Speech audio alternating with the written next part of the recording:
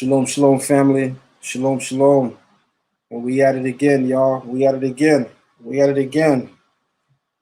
Supposed to go live a little earlier. My apologies. But here we are. Ready to get it in. Family, we all know what to do by now. Let's hit those, smash that like button, family, for me if you can. Just smash that like button because we're going to get it in. Shalom, Uriah, Shannon, Takia, Plumantis. Who else is in here? Keisha Marshall. Sean Williams, Tammy, Eliyahu Yisrael, Trinidad and Guyana, huh? Let me see. That's the great debate. Chicken curry or curry chicken?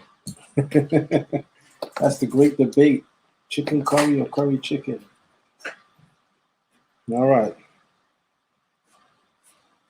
There we go, y'all. Wait on everybody else to come in. As soon as more of us come in, we are going to get it in live, y'all. As soon as more of us come in, we are going to get it in live, y'all. Just waiting on more of the family to come in. As soon as everybody comes in, we're going live. To my Kabbalah class, won't be no Kabbalah class tonight. To my Kabbalah class, there will not be any Kabbalah class tonight. No Kabbalah class tonight. We're going to be up here going live for a while.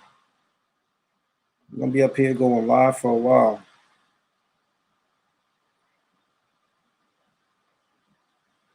She said that's like rice and peas and rice. Yeah, we already know who you are once you saying peas and rice. We already know who you are. We already know who you are. But again, there won't be any Kabbalah class tonight. My vacation starts tonight. So there won't be no Kabbalah class tonight. No, I just have a lot to do later. So unfortunately, won't be doing a Kabbalah class, but we're definitely going to get it in.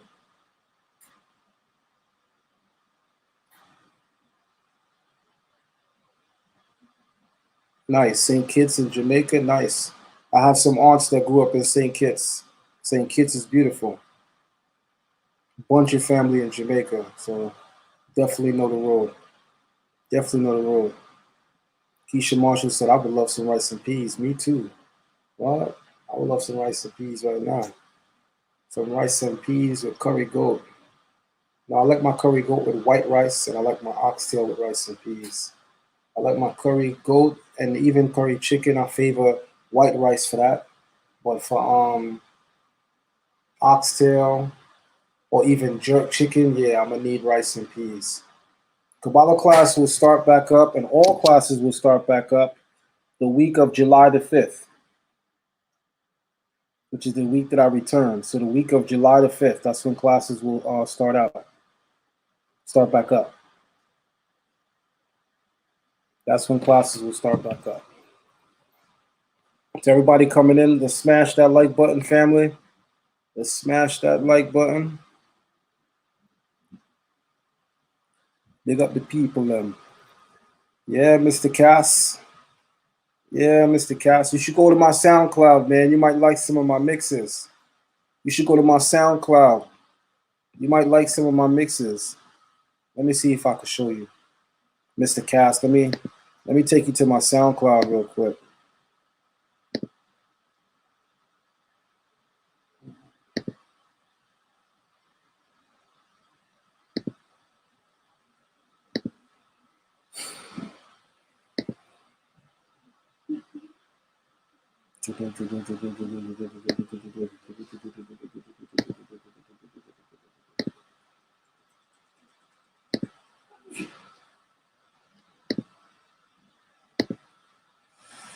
What is on the upload page? No, don't bring me to my upload page.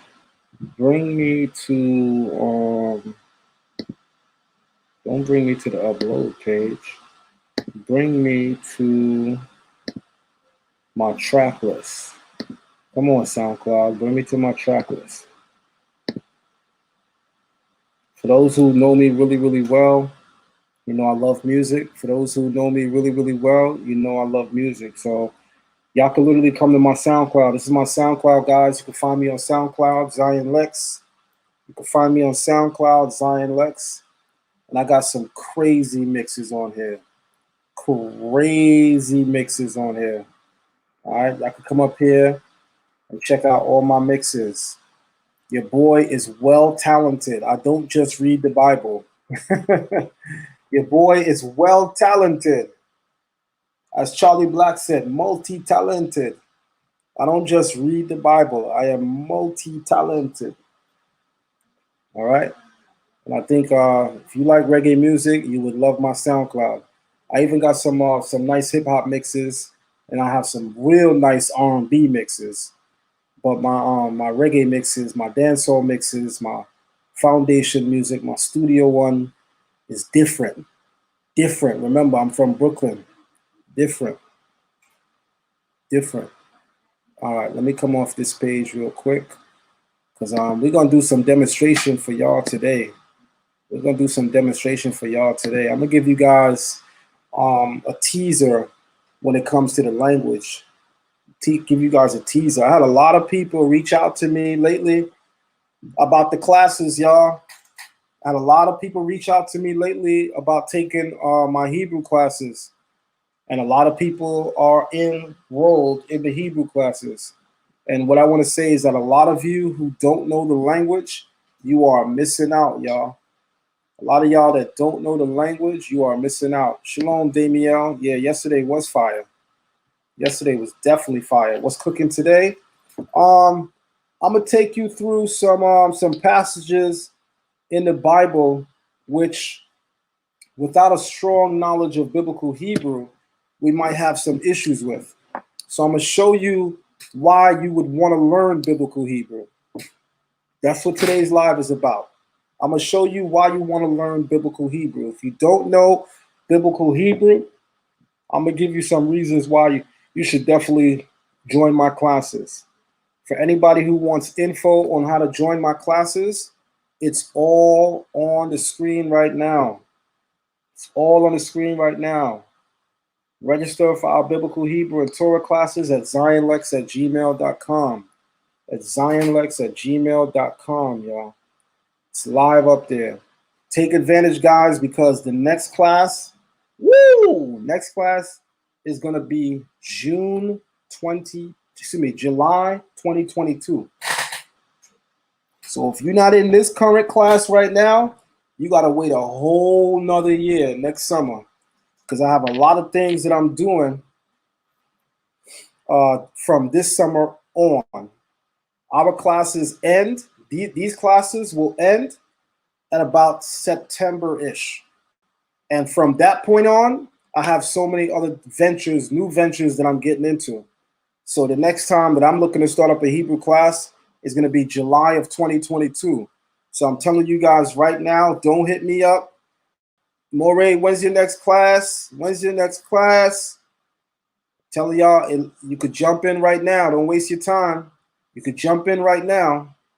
Or I guess you could wait till next summer. But I don't know. I don't know how that's going to work out for you. The classes typically last about 2 to 3 months. It depends on you. The classes typically last about 2 to 3 months, but it depends on you. I don't kick anybody out the classes. You can stay in my classes until you learn the language, but it should take you no more than 2 to 3 months. So I'm going to give you guys some reasons why you should definitely be joining the class ASAP. So I'm not even going to waste any time, but I'm going to just remind everybody to make sure that you hit up the Gmail. If you're interested, hit up my Gmail. You can start emailing me now. I'll send you all the information that's necessary on how you could join my Hebrew classes. And I'm telling y'all, take advantage of this deal, because number one, not too many people are giving the deal that I'm giving. My Hebrew classes include, when you sign up right now for my biblical Hebrew classes, you also get my Torah class absolutely free of charge.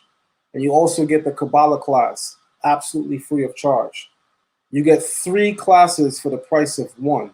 You get 3 classes for the price of 1. Take advantage of that. And the Torah class is a full year. So that's a dead giveaway. Dead giveaway. You got a free years of studying, a free year, 12 months of studying Torah with me once you sign up for the Hebrew class and the Kabbalah. Those are both year-long courses. So again, take advantage of it, y'all. Take advantage of it. Let me open this up and show you something. All right. The first thing that I want to go to that I think is controversial in the community, that language does a good job of clarifying. Let me see.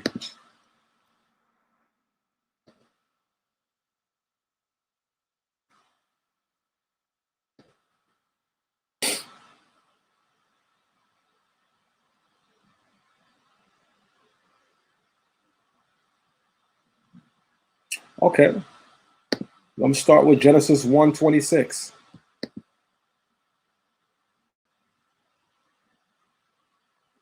Genesis 1:26. Again, if anybody's interested in taking the classes, you can start sending me emails now, guys. That way you can get in these classes ASAP, because it is almost full too. There is a cap. We ain't gonna have 500 people in the classes. That's not gonna work. So don't miss out. Don't be one of those people who missed out. And every summer, there's always somebody that missed out to be hitting me up, and I can't add you because it's too late. So don't be one of those people that I can't add because it's too late. We're going to go to Genesis chapter 1, and we're going to go to verse 26. All right, we're going to go to Genesis chapter 1, and we're going to go to verse 26.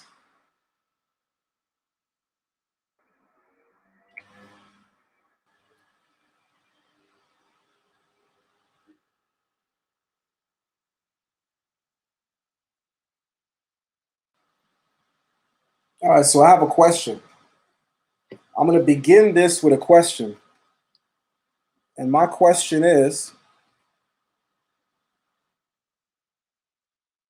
who was the Creator talking to, guys, when he said, let us make man in our image? Watch how the Hebrew is going to clarify this all the way. But first, I want you guys to tell me.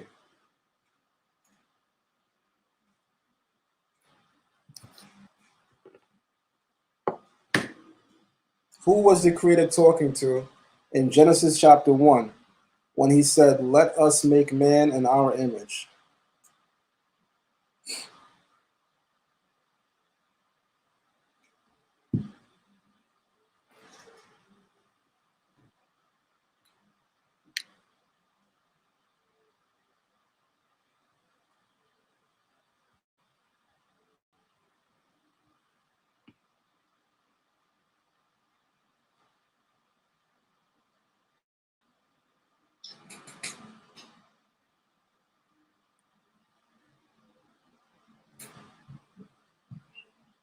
Here we go. I already see the answers. Here we go. Here we go.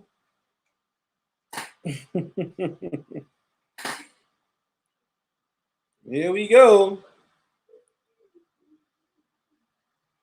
So let me refine the question by framing it this way. Let me refine our question by framing it this way, guys.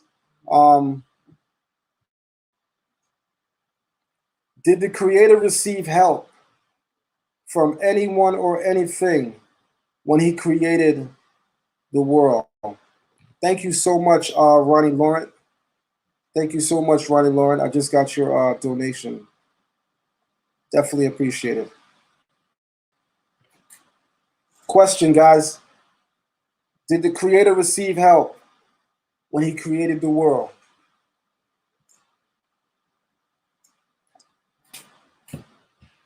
Did the Creator receive help? Because it says, let us make man in our image. And I asked you guys, who is the us? And you guys are telling me the divine council. To which I'm going to say, okay. But what about the aid? Did the Creator actually get help from anyone?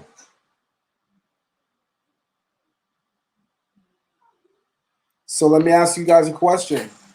if the Creator did not get help from anyone, what does Genesis chapter 1, verse 26 mean when it says, let us make man in our image? Somebody type that in the chat room.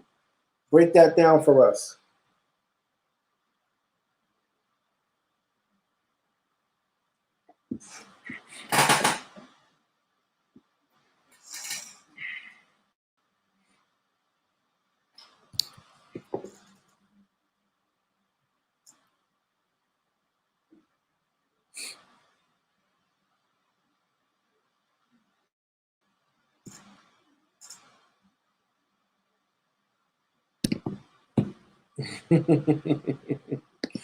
Shalom, Moray Kazak. He said, another live? Cheese on bread. We in here. Straight like that. Straight like that.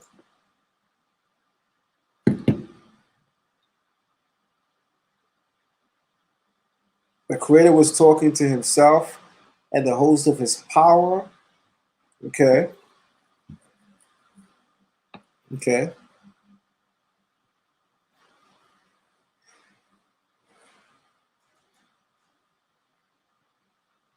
Did the Creator act alone when he created the world? Based on Genesis 1:26. Did the Creator act alone when he created the world based on Genesis chapter 1, verse 26, guys? Did the Creator act alone based on Genesis chapter 1, verse 26? Did he act alone?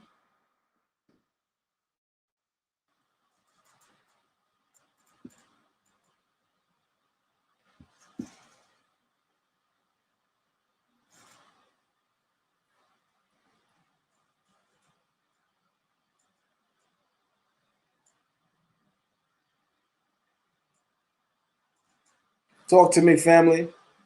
Did the Creator act alone?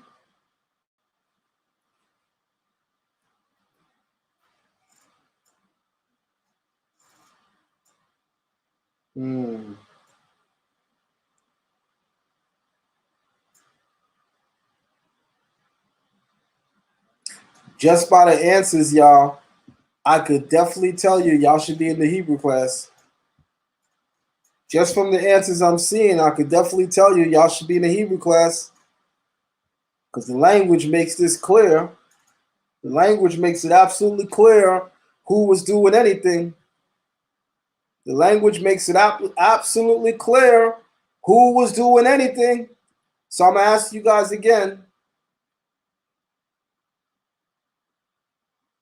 Did the Creator act alone when he created the world? Did he act alone?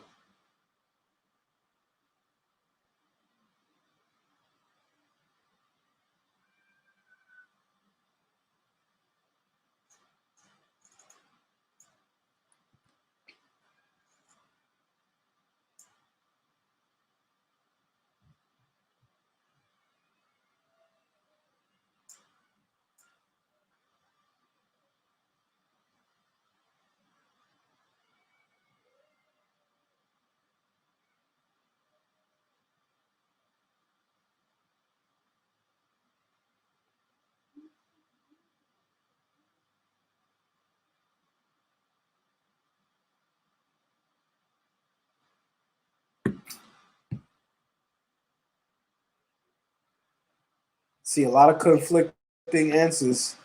I see some people saying he was alone.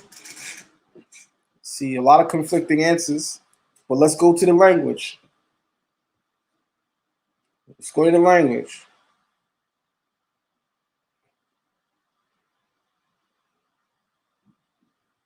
Oh hell no! Not Satan. Oh hell no, Cass. Not Satan. Damiel said, "I'm scared."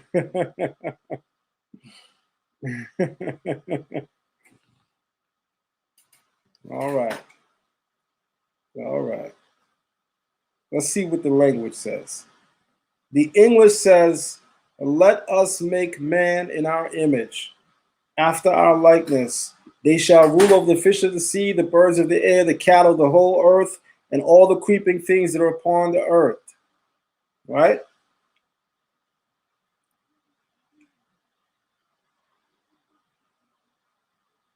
Now,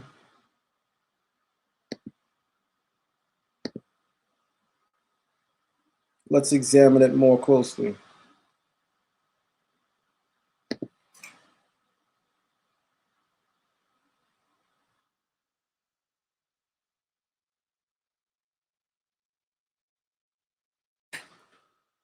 Vayomer Elohim Naaseh Adam Besalmenu Kidmutenu Wayirdu Bidgat Hayam Uve'ov Hashemayim Uve'behem Ma Uve'kal Haaretz Uve'kal Haremes Haromes Al Haaretz. I'm going to read that again, guys. Vayomer Elohim Naaseh Adam Besalmenu. And God said, let us create man Besalmenu in our image. I asked the question, did the creator act alone? And I saw conflicting answers. I saw that some of you said yes. I saw that some of you said no. But we're all reading the same book. So what's the problem? Maybe it's language. Let's see. There's one word in here that gives us let us make man. That's the verb na'aseh. Does anybody know what type of verb na'aseh is?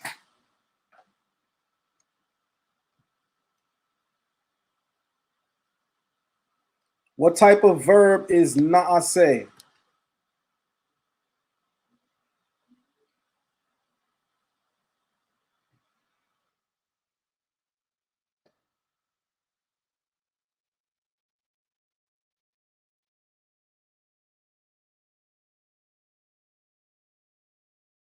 I lost you?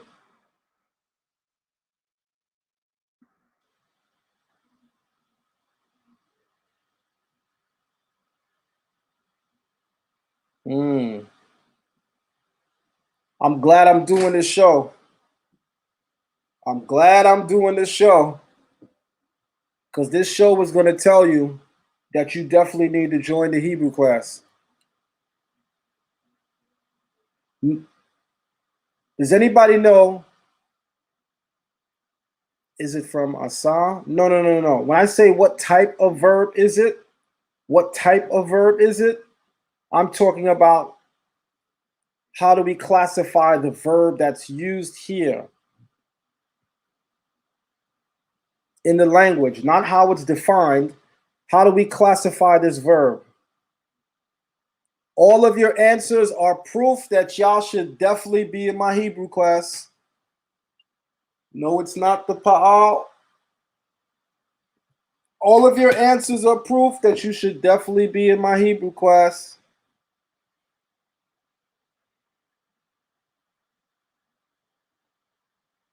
Nope. Nope. By the time I say it, you're going to see why I keep saying nope.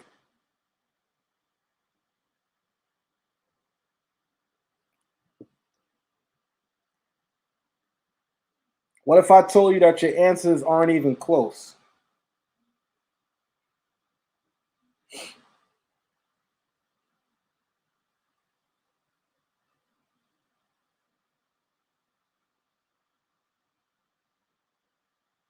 Nope. All right, so na'aseh is what we call the cohortative verb. The cohortative verb. And for anyone who doesn't know what that is, let me put it on the screen so everybody can see it.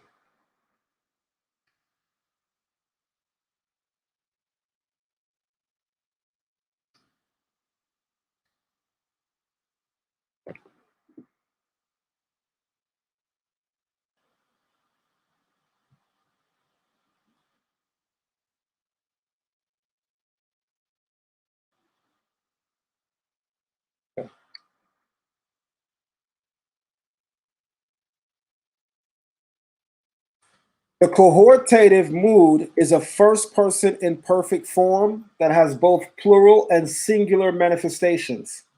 Listen to this part because this part is important. The cohortative verb expresses the speaker's desire, intention, self-encouragement, or determination to perform a certain action. I'm going to say this again, and I'm going to hope that you get it. The cohortative verb in biblical Hebrew is a verb which describes the speaker's desire, intent, self-encouragement, or determination to perform a certain act. Determination to perform a certain act. So watch this. Yeah, it's the call imperfect, but it's not classified. All right, let me just show you what I mean. Yes, it is the call imperfect, but that's not my question. My question is, how is it classified? How is it classified? All verbs have classifications. How is it classified? So let me show you what I mean.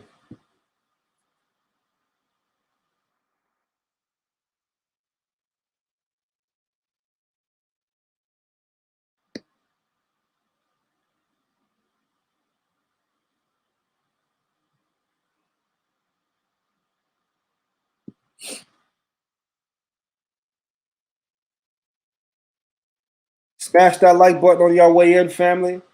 Smash that like button on your way in. There we go.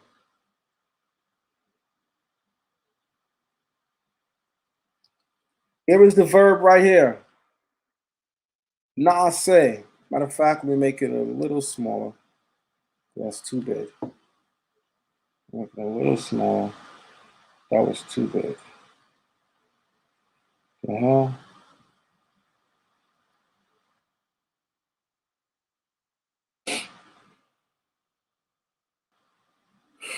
Every time I change the size of the font, the verse skips. So just give me a couple seconds.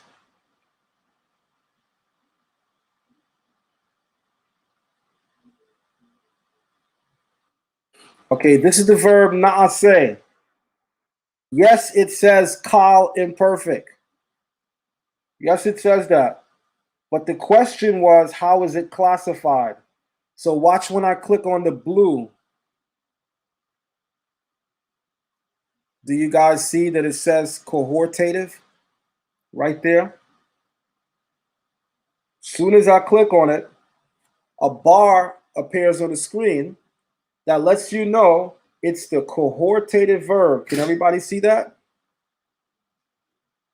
Let me make sure you guys can see that. Did it come up on YouTube? Is YouTube showing that? Come on, YouTube. Y'all not showing the screen hovering?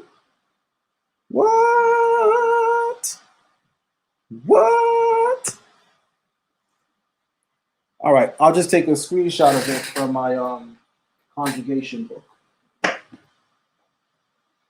Since YouTube don't want to share, since YouTube want to be stingy, I'll just take a screenshot of it. Since YouTube want to be stingy. Give me a second, y'all.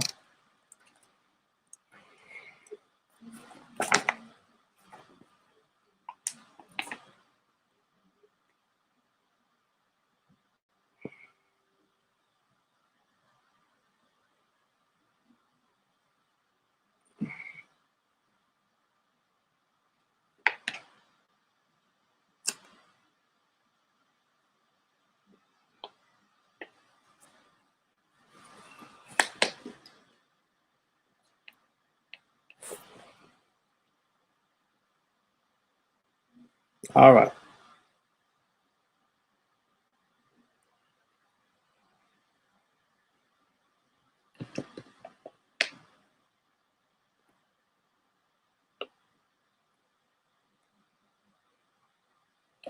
All right, I'm gonna send that right now to the screen and I'm gonna show you guys. Give me a second. I'm gonna email it to myself and I'm gonna show you guys. Everybody coming in, hit that like button, y'all. Hit that like button on your way in.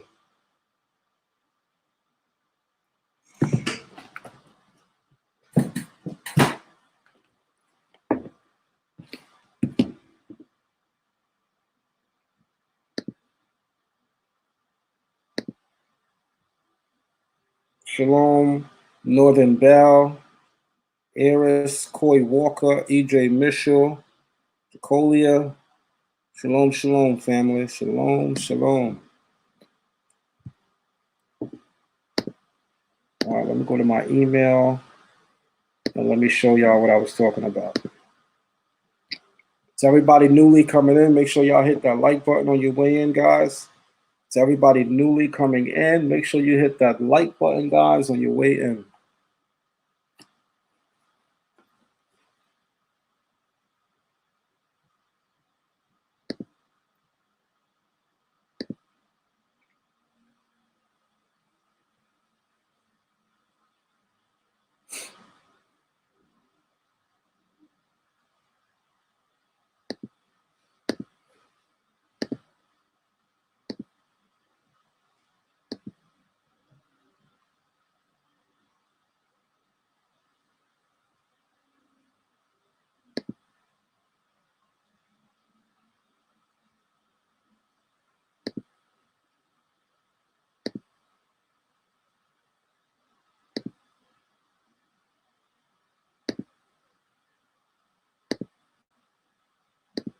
All right, here we go.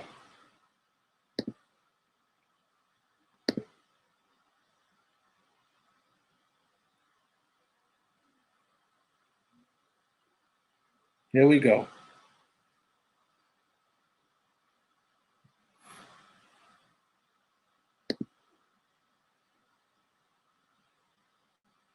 Does everybody see what it says? The word naaseh, which we translate in English as let us make. While it is a kal imperfect verb, it's classified as a cohortative verb. Damn, that's really fuzzy. What the hell? That's fuzzy as hell. It's losing resolution. That's fuzzy as hell. Damn, y'all can't see that. True. The hell? Yeah, that's fuzzy as hell. I don't think y'all can see that. That's fuzzy. Damn, come on. Matter of fact, let me make myself small to see if that helps. I'm gonna make myself small, y'all, to see if this helps. Again, I really want you guys to be able to see it. So I'm gonna make myself small to see if this helps. Let's try this again.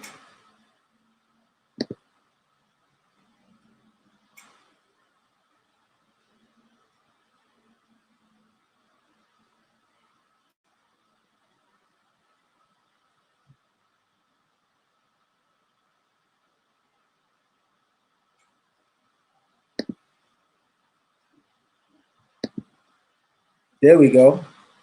Should be able to see it now. It's coming out clear on my end. Should be able to see it now. Does everybody see right there? Cohortative. Cohortative. If you see the word cohortative, type a 1 in the chat room. If you see the word cohortative, type a 1 in the chat room.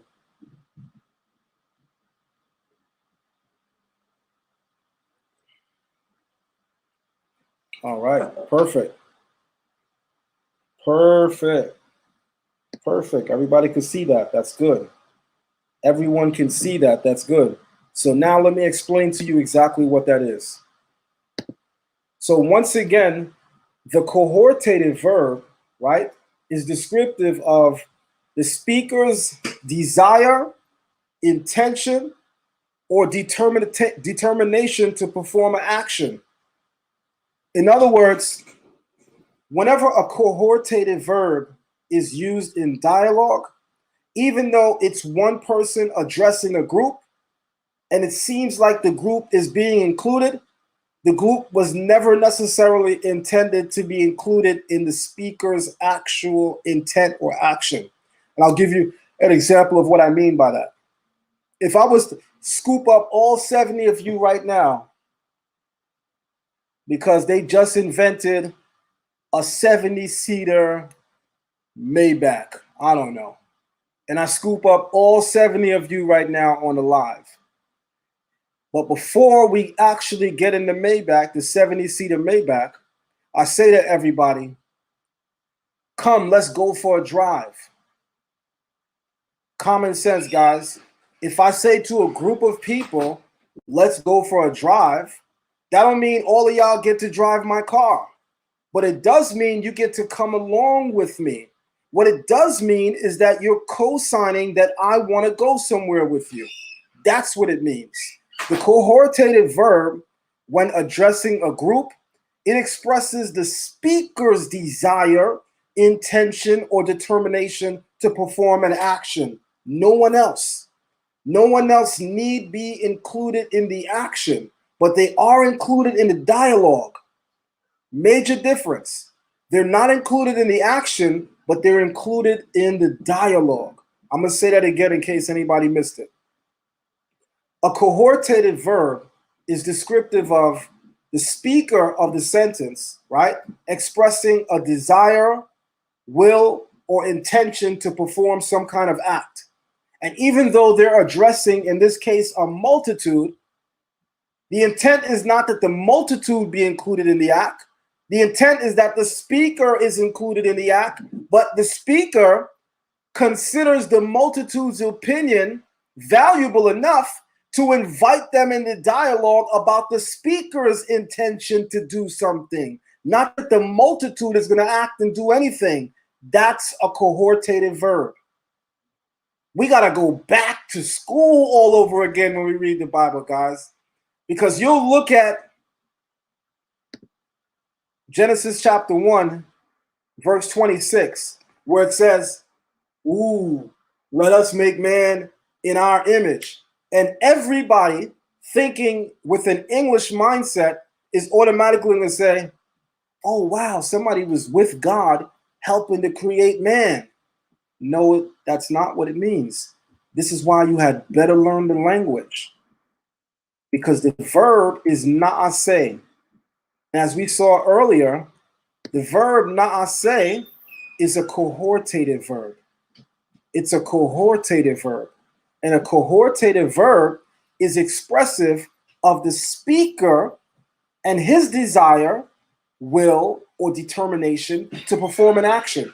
And even though he's addressing a multitude, the multitude is not going to be inclusive in the action, but he is including the multitude in the dialogue. Remember, the Creator always leads by example.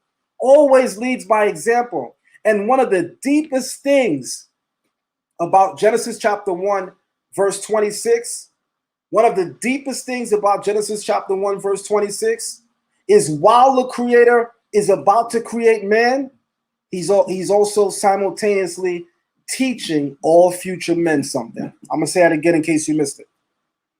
While the Creator is about to create man in Genesis chapter 1, verse 26, he is simultaneously in that moment also teaching all future men. What is he teaching us? Don't do anything without counsel. That's why it says, let us make man in our image. It's a thought. It's a thought that's shared before a group to see what their response is. Not that they're going to be included in the action. Because verse 27 makes it crystal clear that only God created man. As it says, Vayivra Elohim et Adam besalmo, and God created man in his image. Singular, masculine. So if someone was helping God to create man, verse 27 should have read, and God created man in their image. But notice it does not. It says, and God created man in his image. And I got something else for you. Because there's another clue in verse 27 that lets you know that God acted alone. Somebody tell me what that other clue is.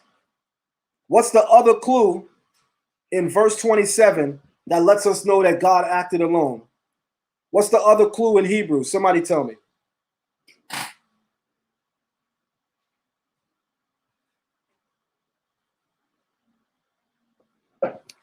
Smash that like button on your way in, family. What's the other clue, guys, that the Creator acted alone? What is our other clue? That's right. Keisha Marshall said bara. That's right. The word wayivra, which is translated as and created God or and God created, it's in the singular. What's so important about that? In Hebraic thought or in biblical Hebrew, whenever two or more people are doing something, as in an action, you have to pluralize the verb. I'm going to say it again. Whenever two or more people are doing something, you have to pluralize the verb. But the verb in Genesis 1:27 is in the singular. Wayivra Elohim, in the singular, further letting you know that God acted alone. So while we running around with like a chicken with our heads cut off, arguing about whether or not God was with somebody, they got Christians that say it was Jesus. I know you guys have heard so many things. When I was coming up, every Christian would tell me, when God said, let us create man, he was talking to Jesus. He was talking to Jesus. Y'all blame everything in the book on Jesus, don't y'all? When you don't got a good answer for something, it got to be Jesus, right? Y'all out y'all damn mind. No, it was not. And more importantly, while we run around like chickens with our head cut off, baffled, as it were, or perplexed at what the answer could be, learning Hebrew is a simple fix here. Because if you had knowledge of biblical Hebrew, this would be 1, 2, 3. No questions asked. You're clear on what's going on. The verb naaseh is in the cohortative verb. The verb naaseh, which we translate in English as let us create man, that's in what we call the cohortative verb tense. In the cohortative verb tense, which means although the speaker is addressing a multitude about the intention to do something, the idea still is that he's going to be the one carrying out by himself, but he's addressing the multitude to see what they have to say about it. That's why I say, when you understand that, Genesis 1:26 becomes so powerful, because he didn't have to include all of creation or his angelic hosts on high. He didn't have to include them in this decision to create man, but he does. And more importantly, he does so solely as a teachable moment for you, all of you, and me, so that we understand it's with wise counsel that we do anything in the world. Take counsel with someone. Share it with someone. You don't want to make mistakes? You want to get it right the first time? You want to get it perfect? Take heed to counsel. Share it with others. This is such a powerful teaching because, again, the Creator didn't have to ask his heavenly hosts, what are your thoughts on me about to create man? Because common sense, guys, is there any knowledge that's hidden from him? So he already knows what their thoughts are. So why is he asking the question? It's a teachable moment for you. Just like when Cain just murdered Abel, and the Creator says to Cain, where is thy brother Abel? So God didn't know where Abel was? Of course he did, but he's testing Cain. Are you going to come out as a man and admit to what you did? Hello? Hello? Hello? Powerful, guys. This is why the language is so very, very powerful, guys. You have to learn the language. You have to learn the language. Now, the next one, some of y'all might not like. The next one, some of y'all might not like because it's in the book of Isaiah chapter 7.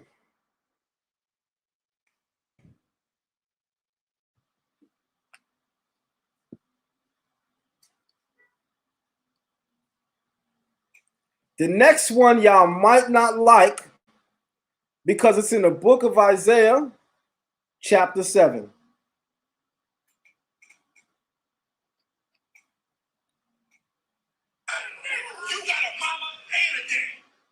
You heard?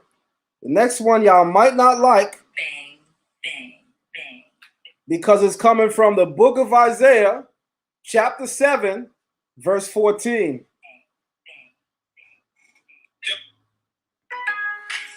All right, there we go.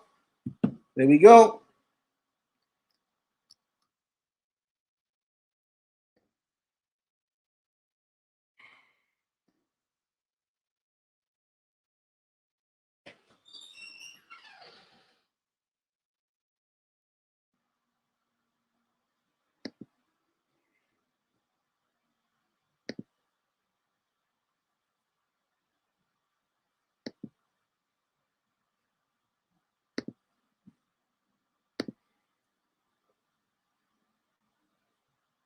Let's get it in, family. Don't forget, guys, to smash that like button on your way in.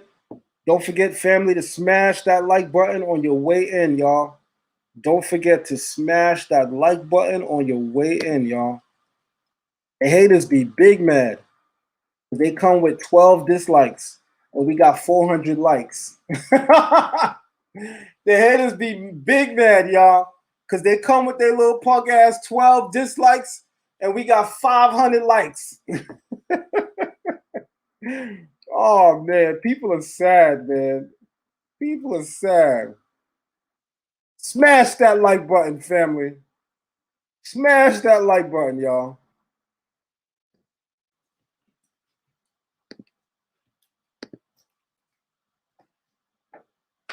We're going to Isaiah 7 and 14.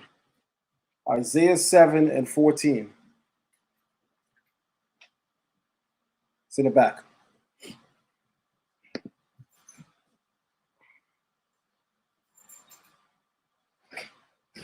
Now, I'm going to start from the beginning of the verse because I think that only makes sense.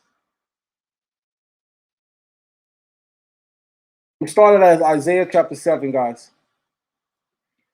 In the reign of Ahaz, son of Jotham, son of Uzziah, king of Judah, king of Rezin of Aram, and King Pekah, son of Remaliah of Israel, marched upon Jerusalem to attack it, but they were not able to attack it.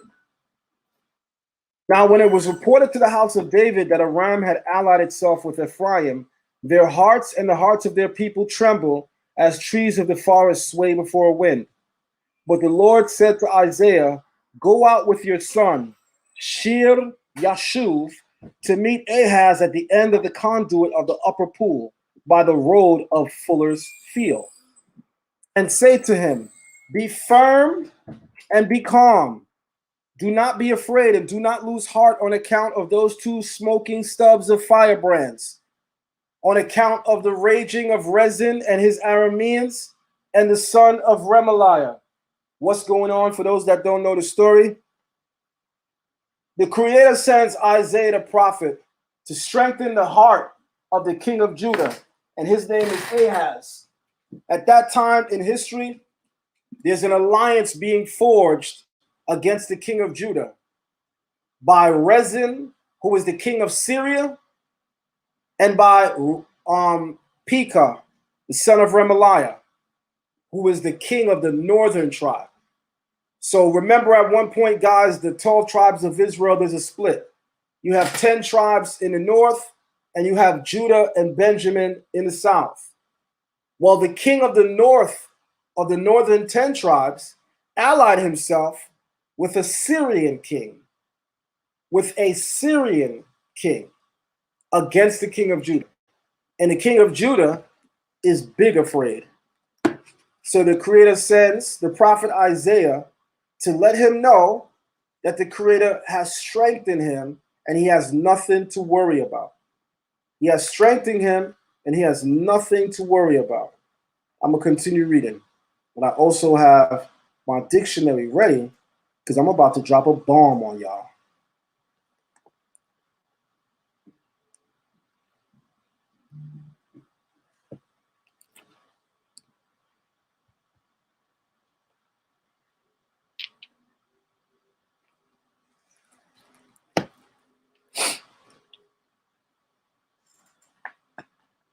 Shout out to Morey Yirmiyahu. I got your donation, Morey.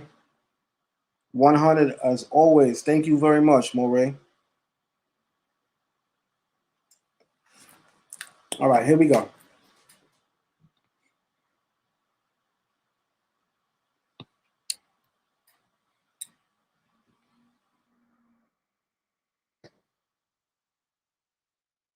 Because the Arameans with Ephraim and the son of Remaliah have plotted against you, saying, we will march against Judah, invade and conquer it, and we will set up as king in it the son of Tavel.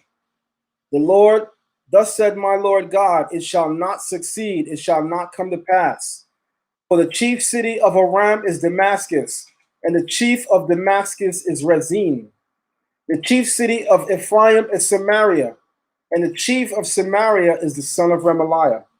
And in another 65 years, Ephraim shall be a scattered people. If you will not believe, you cannot be trusted. The Lord spoke further to Ahaz. Ask for a sign from the Lord your God, anywhere down to Sheol or up to the sky. But Ahaz replied, I will not ask and I will not test the Lord. Listen, O house of David, Isaiah retorted. Is it not enough for you to treat men as helpless, that you also treat my God as helpless? Isaiah is now chastising Ahaz for his lack of faith. Because when Ahaz said he will not test the Lord, it's not because he has great faith in the Creator and he knows that the Creator is going to fulfill his will. It's actually because he doesn't have faith in the Creator. So this is why the prophet Isaiah begins to chastise him. And Isaiah goes on to say, assuredly, the Lord himself will give you a sign. Now, I'm going to use this opportunity to use biblical Hebrew once again to teach you something once again. Now, watch this. Anybody has ever heard that the term Adonai is a term that European Jews made up when they want to refer to God? That there's nowhere in the Bible that the biblical prophets refer to God as Adonai? Who has heard that before? How many people have heard by a show of ones in the chat room that when you say Adonai, you're acting like a European Jew because they're the ones that replace God's name with Adonai? The Bible doesn't say that.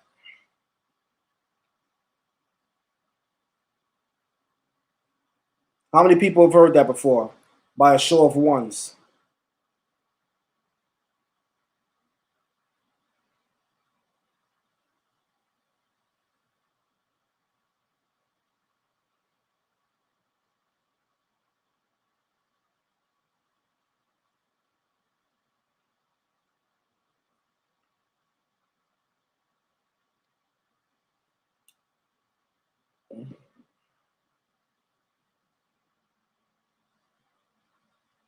Nope. Adonai is not Yehoshua or Yahushua. Nope. Adonai is a reference to the Creator. It's right in the Bible. In fact, you guys read in English, the Lord will give you a sign, but in Hebrew it says Adonai. Let me show you. We got to do better, guys. Listening to camp teachings ain't going to get y'all nowhere. Listening to camp teachings ain't going to get y'all nowhere. They are way off. Way the hell off. Way off. I don't want you to join them in being way off. I want you to liberate yourself. Learn the language, guys. Learn the language. That's what this live is about. Learn the language. I got so many people in the last couple of weeks that have been reaching out to me, asking me, More, how do I join your classes?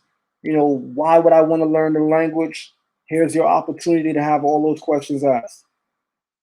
Answer.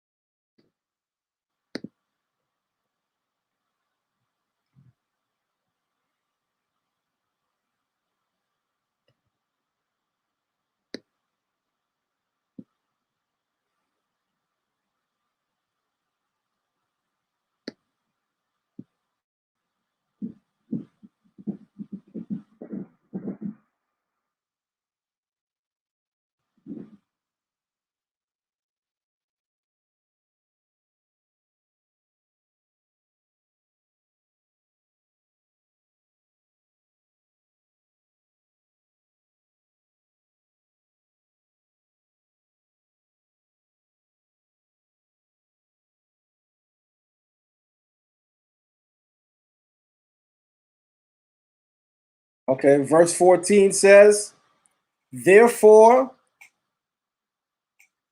Adonai will give you a sign. Look at that, everybody. Adonai, right there. Look at that. I have it highlighted in blue. Look at that. All these Israelites running around talking about the word Adonai is Jewish, and it's right in the Torah. But because you only read English, you don't know. And because you don't know, you continue pushing bad information. Yeah, I was on a live one day and I heard Zion reading. He was reading Hebrew and he said Adonai. Man, I respect some of what Zion says, man, but I ain't saying no Jewish words, man. That's why I'm going to learn the Lashawan Kwadash. Let me tell y'all, man, that language is the biggest joke. It's the biggest joke, made up, fictitious, entirely made up and fictitious. Ain't no damn Lashawan Kwadash. Ain't no damn Lashawan Kwadash. What you trying to say is Lashon Kodesh. That's what you're trying to say. Lashon Kodesh, not Lashawan Kwadash. What you're trying to say is Lashon Kodesh. That's what you're trying to say. You said they're going to stone me with water balloons, right? You're right, because them stones ain't going to hit. They're not going to hit. So this is kind of off the point, but I'm still using it to demonstrate for you that a lot of things that you're hearing in the community is entirely wrong. You absolutely can say Adonai. There's no problem with it.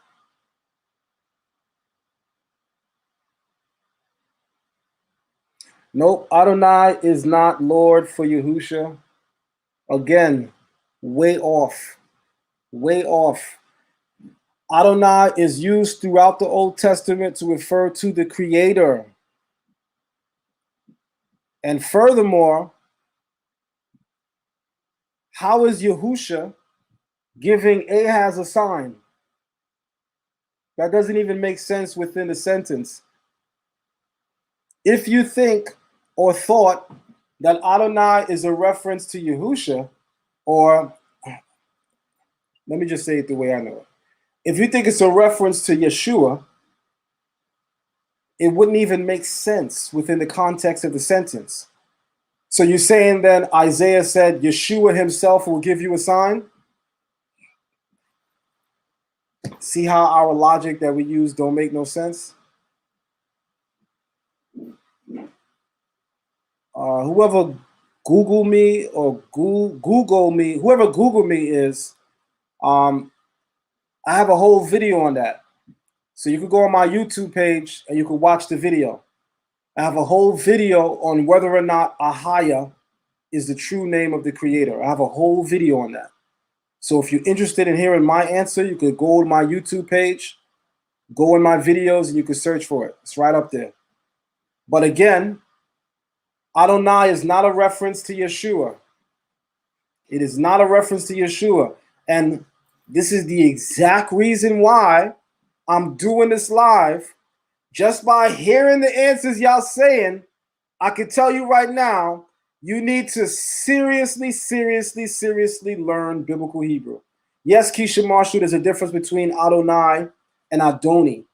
Adonai is a reference to the Creator. Adoni is an earthly nobleman, prince, or even king, right? Adon. In the Israelite community, right? Especially in New York, where I'm from, California, and other parts of the country, to the men in the congregation who don't have any titles or any rank, we greet them saying, Shalom Adon, Shalom Adon. Then you have titles like Sar, Captain, Nasi, Prince, Rosh, Chief. But to any other man in the temple, he's Adon. And Adoni means my Lord, lowercase l. Adoni means my Lord, lowercase l. Adonai is a reference to the Creator, to the Creator. All right, so let me keep going. It says, the Lord himself will give you a sign. This is the creator. Okay, good. Adonai himself will give you a sign. This is the creator. Isaiah is telling Ahaz that the creator is going to give Ahaz a sign. And Isaiah says, Hine, Alma. Matter of fact, let me read it here.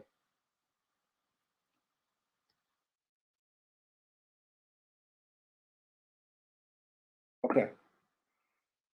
Laken yitain Adonai hu lakem ot. Therefore the Lord, or Adonai, he will give you a sign. Hine ha'alma hara wayoledet bain wekarat shemo Immanuel. Immanuel. I'm going to read that again, starting from behold. Hine ha'alma hara wayoledet bain karat shemo Immanuel. All right, what are we talking about? Hine in Hebrew, this word that you see me pointing to on the screen, that's an attention device. It means to look. Behold. It's an attention device. Hine, somebody's trying to get your attention. In English, that's translated as behold. The next word is ha-alma. Ha-alma. Ha in Hebrew is the definite article. It means the. Alma in Hebrew is the Hebrew word for young woman, not virgin.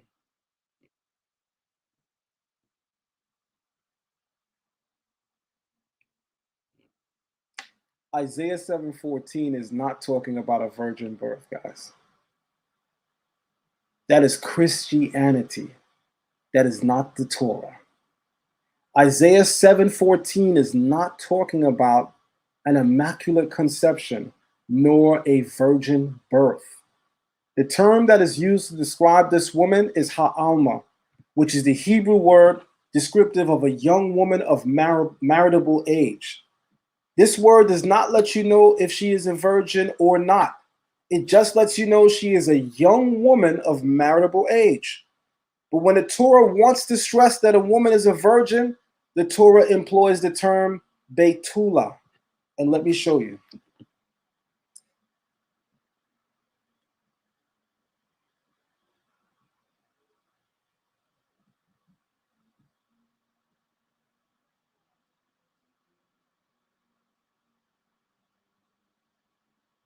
I'm going to take you to Genesis chapter 24, verse 16. Watch this, y'all.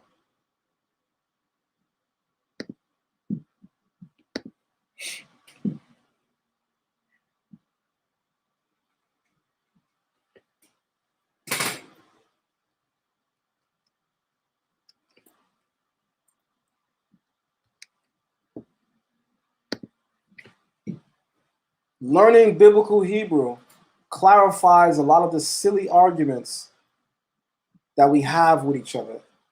And while I personally don't think there's any argument that's actually silly, because there's no question that's bad to ask, I'm referring to the way we deal with each other when we're arguing or when we disagree. That's silly. And to avoid a lot of those silly arguments, how about we just learn the language? Damn. I never seen a people so stiff-necked, boy.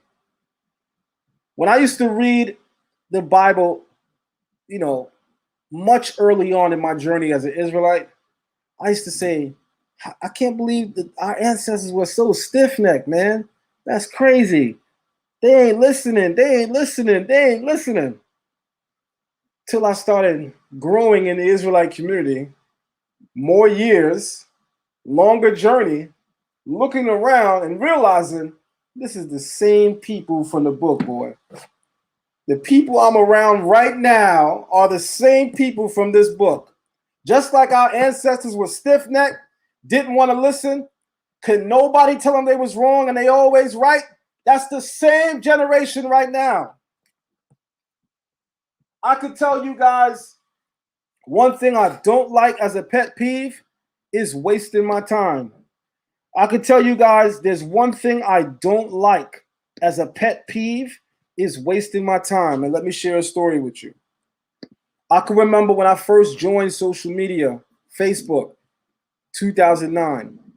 There weren't too many Israelites on there. But later on that year, I got a friend request from a particular Israelite. I won't say the name or which community they come from. But I shared a verse on my Facebook timeline, which you guys know I always do. I still do to this day. And I broke it down. And the brother came on and was like, I disagree. And I was like, okay, why do you disagree? Because that's wrong. Very eloquent. I don't need to ask any other questions. You disagree with me because that's wrong. What a profound way to share your grievance. The hell are you talking about? What's wrong? People are so arrogant, it's not even funny. What did you find wrong in what I said? Well, that's not what the word means. For real? No, yeah, that's not what the word means. All right, so let's go into the language and let's discuss the word. Now, I'm sharing with him the Hebrew word, and he's arguing with me that it doesn't mean that. And I'm saying, but brother, this is the word right here in Hebrew. I have it. And then it dawned on me after 30 minutes, because y'all know how Facebook arguments go. They write, you write, 2 minutes, 5 minutes, 10 minutes. Damn, bro, respond, man. I ain't sitting here going back and forth with you on Facebook. I got a whole life. I'm at work. Respond so we can end this conversation, man, because I'm done. At this point, I don't care what you believe. So just get your damn response out. Finally, it dawned on me. Ask the magic question. I put the whole passage on my comment, and I said, the word is in that sentence. Is that not the word?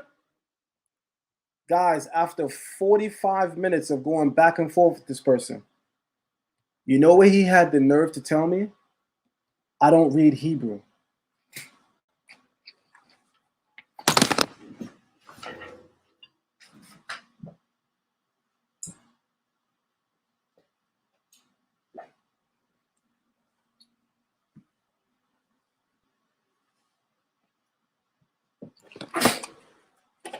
So, you mean to tell me we arguing back and forth about the meaning of a Hebrew word, and you coming at me hard body to tell me that my definition of this Hebrew word is incorrect? And when I finally ask you the magic question, do you know or read Hebrew, you admit that you don't know it? Let me tell y'all something, boy.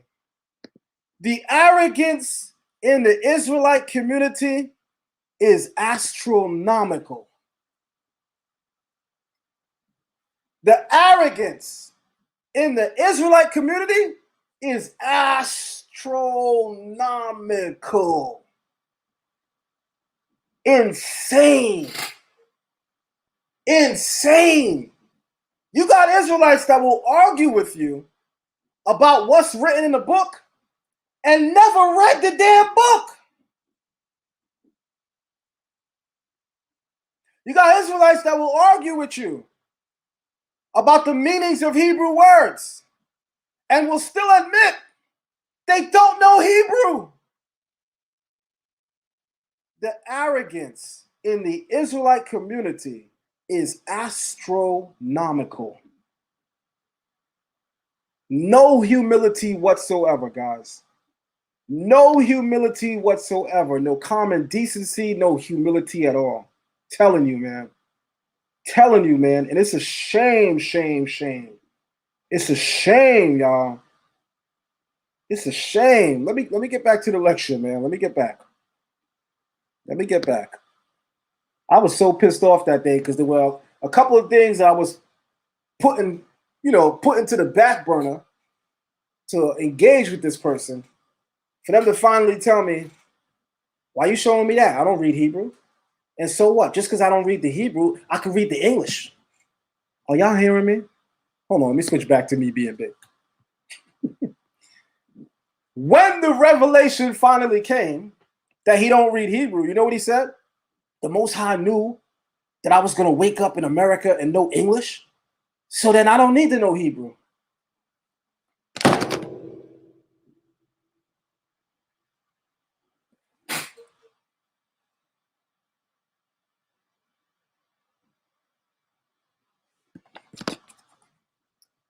Bruh.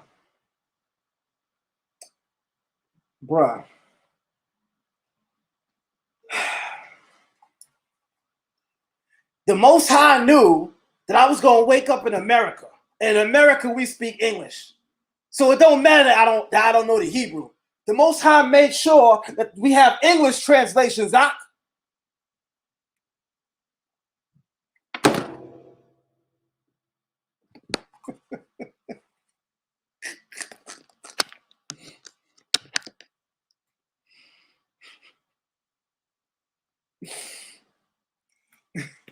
You can't make this up, guys. Like, you seriously and literally can't make this up. Let me move on, man. I'm in teaching mode. Let me move on. I'm in teaching mode, man. I'm in teaching mode, guys. Let's move on. We're going to go to Genesis 24. I'm going to share something with you that's powerful.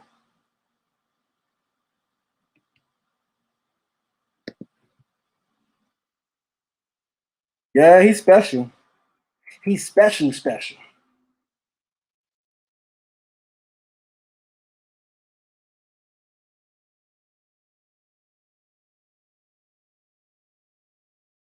Okay.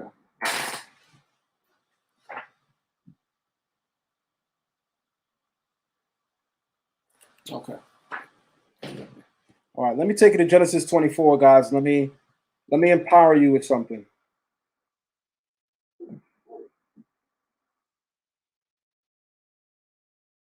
Anybody remembers that Isaac met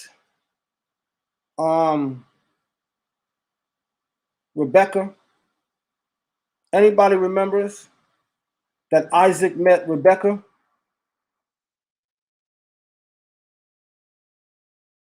In Genesis 24, we're introduced to the story where Isaac meets Rebecca or Rivka. Where Isaac meets Rebecca or Rivka.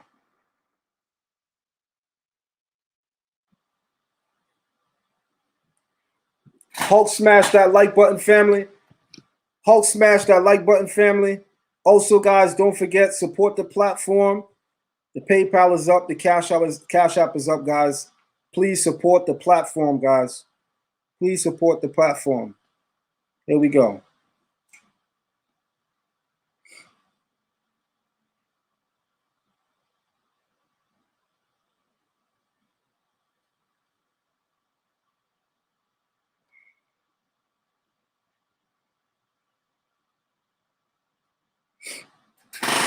Okay. In the book of Genesis chapter 24, verse 43, we arrived at the scenario where Eliezer, the servant of Abraham, he puts forth a test to make sure that the woman that he's about to call out and choose for Isaac, who is the son of his master Abraham, he puts forth a test to know that she is the woman. And he says, as I stand by the spring of water, let the young woman who comes out to draw, and to whom I say, please let me drink a little water from your jar, and who answers, you may drink, and I will also draw for your camels. Let her be the wife whom the Lord has chosen for my master's son. All right, here we go.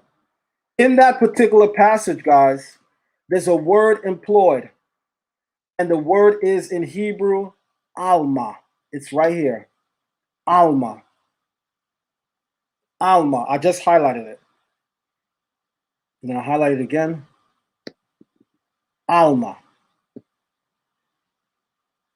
Alma.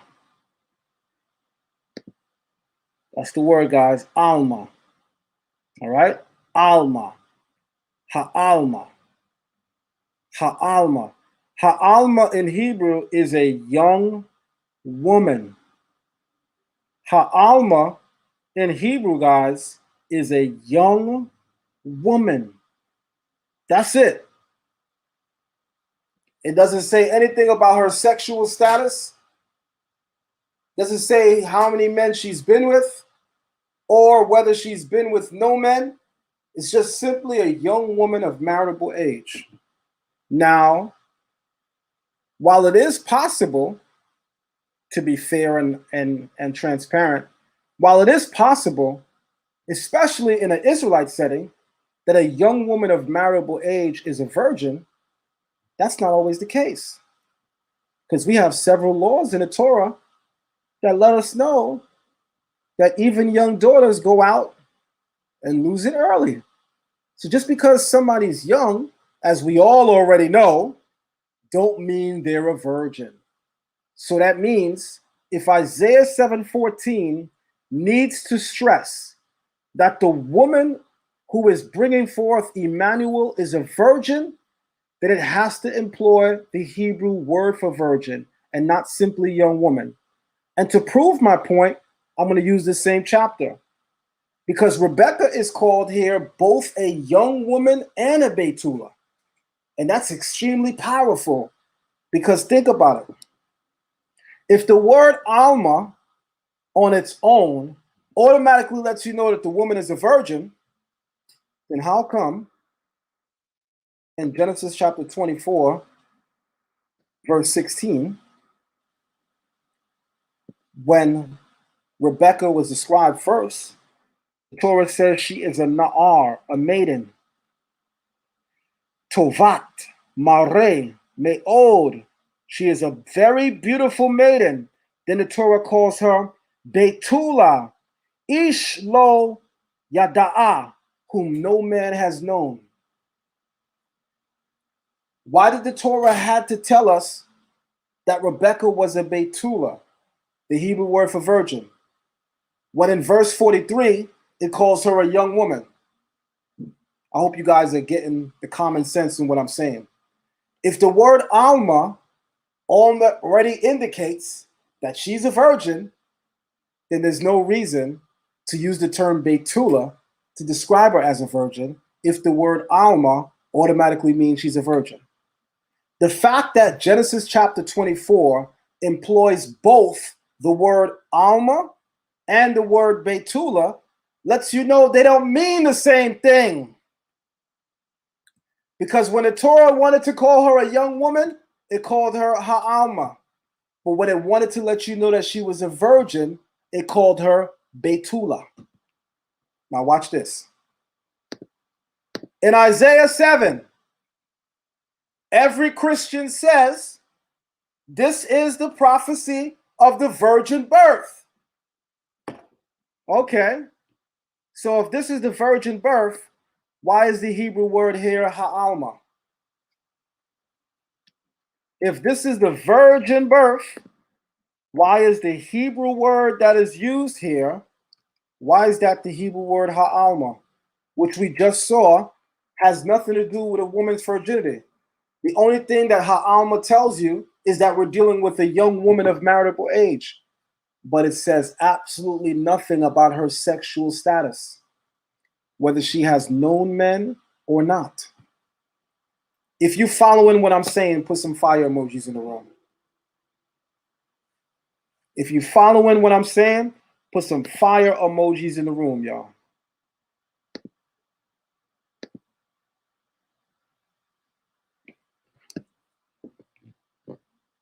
Because I got more for you. I ain't done. I ain't done.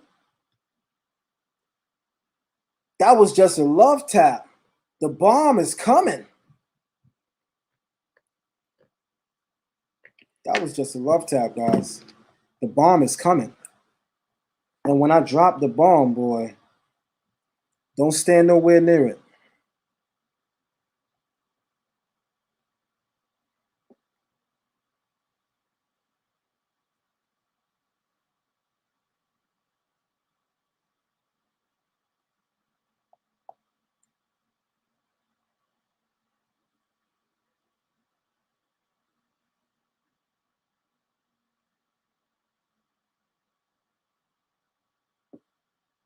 Now watch this.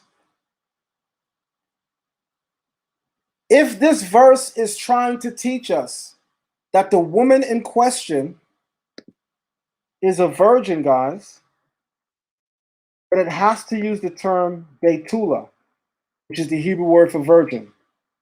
So then, the fact that it does not use the Hebrew word Betula lets you know that this verse is not about a virgin having a child without some man at all. At all. Let me continue. Before I finish, I like to address questions in the chat room, so I'll take time out to address one. My blood said, what does the word sign represent? I'm glad you said that, because in my humble opinion, you don't even really need to know Hebrew to figure out that this has nothing to do with Yeshua. I'm going to say that again. In my humble opinion, you don't even have to learn or know Hebrew to know that Isaiah 7 has nothing to do with Yeshua, the son of Joseph, at all. And watch me prove my point.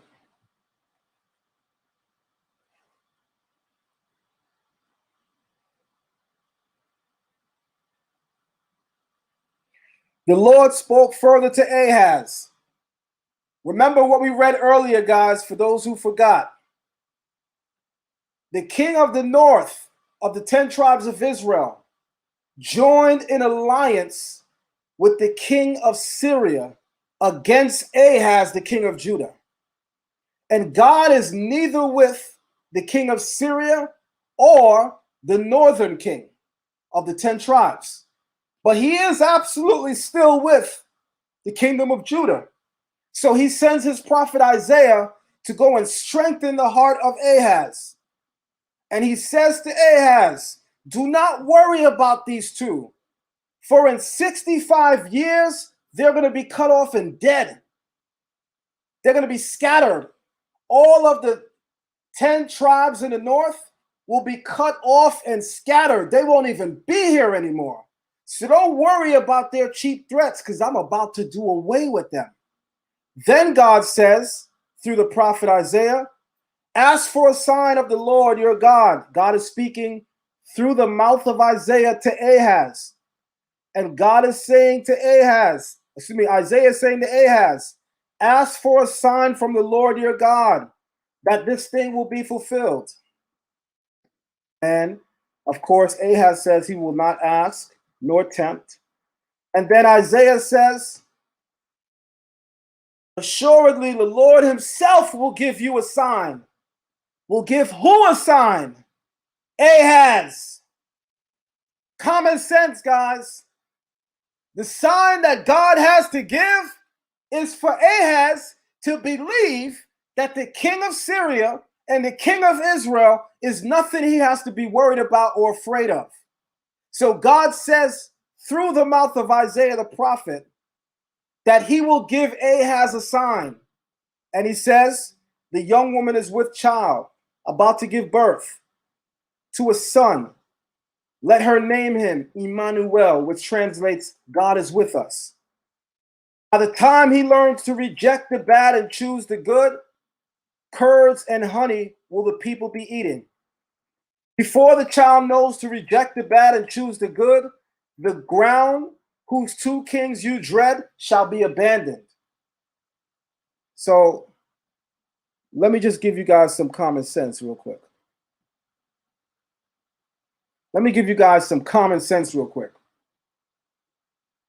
You don't need no Hebrew for this. This is just common sense. The child is assigned to Ahaz. Ahaz lives. Let me do this for the slow people. I hate to say it like that, but some people just really are slow. Ahaz.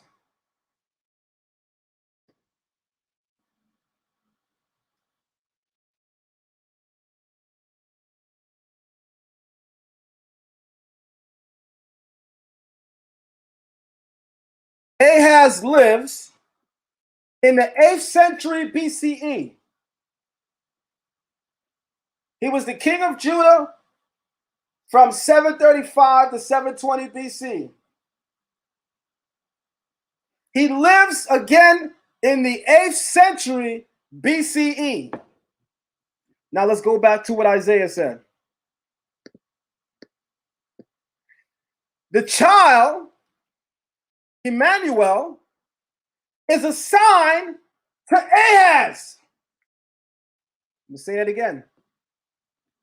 The child, Emmanuel, is a sign to Ahaz. Ahaz lives in the 8th century BC.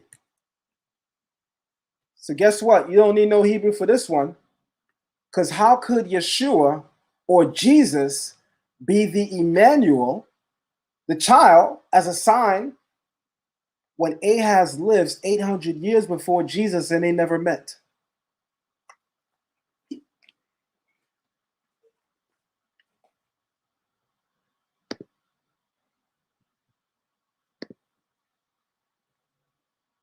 I'm going to say that again. Boy, oh boy, Christianity done did a number on our people, boy. Boy, oh boy, Christianity done did a number on our people. We done lost sight of common damn sense. How could Emmanuel be Jesus as a sign to Ahaz when Ahaz lives 800 years before Jesus? I mean, did we lose all of our common sense? How in the hell can the child, Emmanuel, be Jesus and be assigned to Ahaz? They're 800 years apart. Ahaz never met Jesus. In what way could he be assigned to Ahaz? Did y'all forget? The sign is for Ahaz? Let me bring it back. Let me rewind and come again. Let me rewind and come again. The Israelites that don't like hearing this right now are what you've been hearing me say all week. While many of us have woke up to the fact that we are Israelites, many Israelites are still trapped in the nightmare of Christianity. And I'm not going to stop saying that because it's the absolute truth. While we woke up to the fact that we are Israelites, many Israelites are still trapped in the nightmare of Christianity.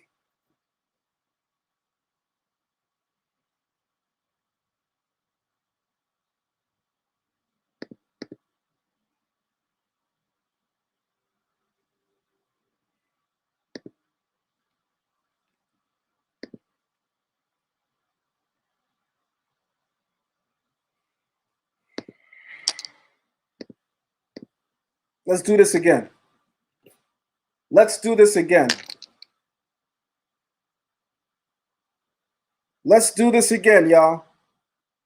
Let's do this once again.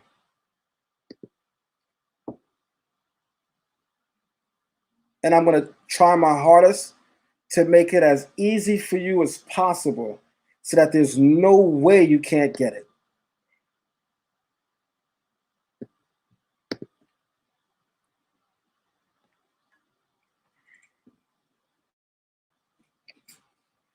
People in the Israelite community love to use the term cherry picking through scriptures when we're guilty of that same concept.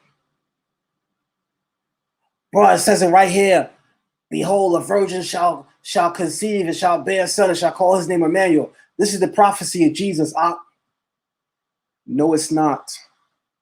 Did you read from the beginning of the chapter to know who the child is assigned to?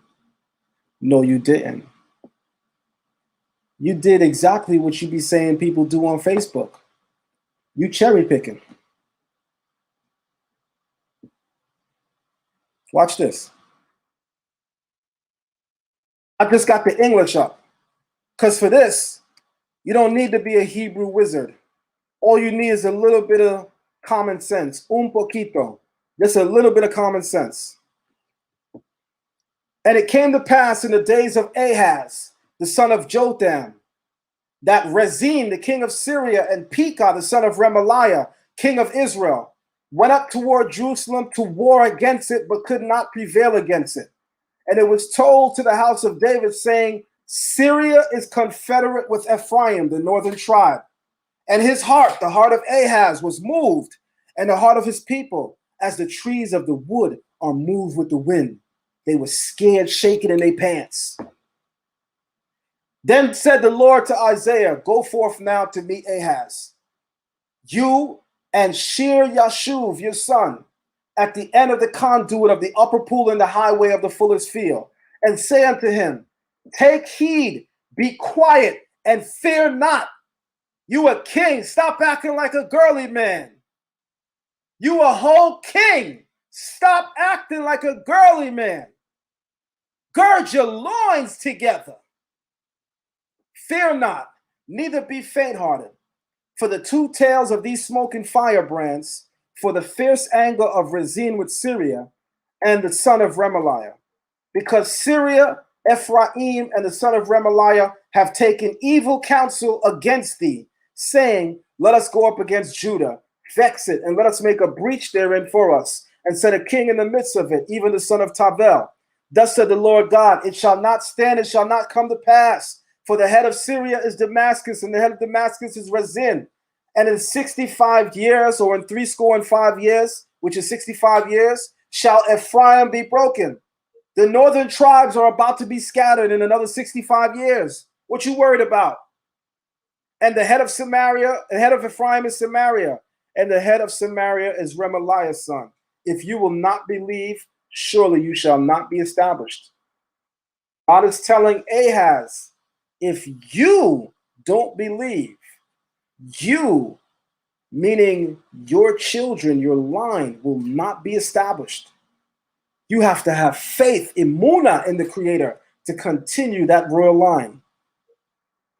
Moreover, the Lord spoke again unto Ahaz, saying, ask thee a sign of the Lord thy God. Ask it in the depth or in the height. And Ahaz said, I will not ask, nor will I tempt the Lord. And he said, Isaiah said, hear ye now, O house of David. Is it a small thing for you to be weary of men, but you will also weary my God? Therefore, the Lord himself will give you a sign. Everybody in the chat room, answer one question for me. Who is God giving a sign to? Type it in the chat room, y'all. When Isaiah said, therefore, the Lord himself will give you a sign, somebody tell me who's the you. Type that in the chat room. Who is Isaiah talking about? Watch how the common sense is about to make some of what we're saying go all the way down. Clearly, the sign is for Ahaz. Clearly. And need I remind you guys, Ahaz lives in the 8th century BCE. And he's a king from 735 to 720. Don't forget that part. Now watch this.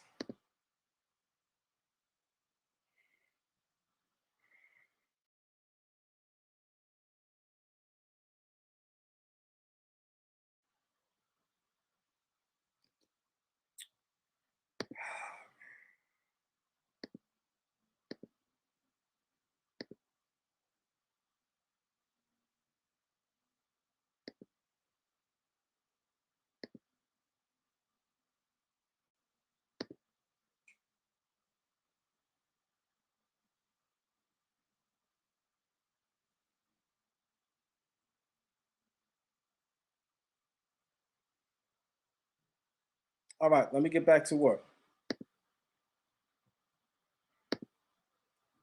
Zero tolerance for trolls. Let me get back to work. The Lord himself. Where were we? Where were we? Ahaz said, I will not ask, nor will I tempt. Then it says, therefore, the Lord himself will give you a sign. God is going to give Ahaz a sign. Then he says, behold. In English, it says a virgin, but we just proved to you guys that the Hebrew word is Alma, and that says young woman. So it's not talking about a virgin, simply a young woman of marriageable age, as we just proved. Therefore, the Lord himself will give you a sign. Behold, a young woman is with child and shall bear a son and shall call his name Emmanuel. And that's a period.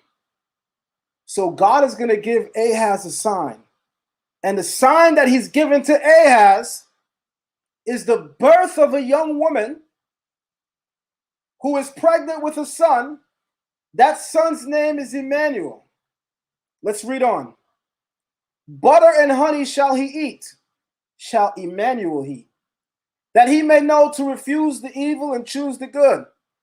For before the child shall know to refuse the evil and choose the good, the land that you dread shall be forsaken of both of her kings. If you guys don't already know, that's between the ages 5 and 7.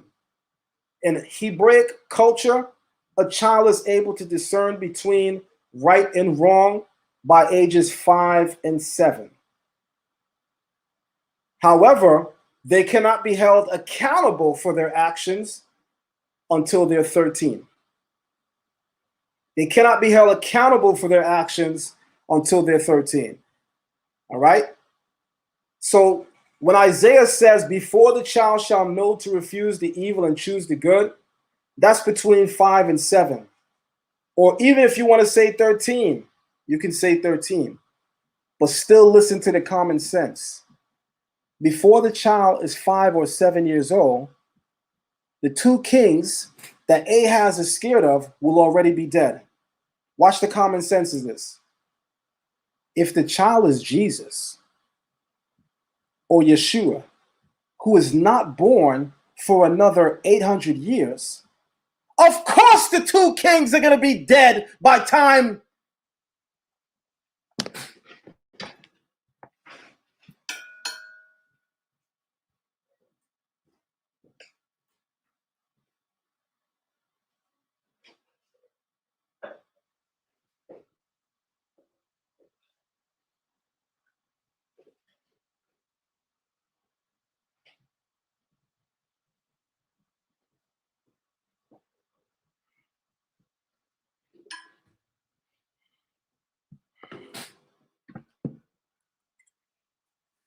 Boy, I tell you, boy, I tell you, boy, I tell you. My mama told me a long time ago, son, common sense ain't so common. You got to be patient with people, son, because common sense ain't so common. And I can hear her right now in my ears. So let me humble myself, because apparently common sense is not common. So let me try to get some patience. I had to pour myself some water.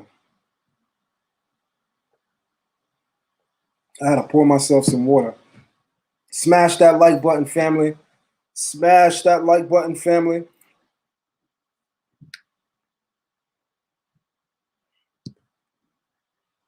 I'm gonna find a better way to say this, because I really want people to understand this. I want you to just really think about the common sense of it.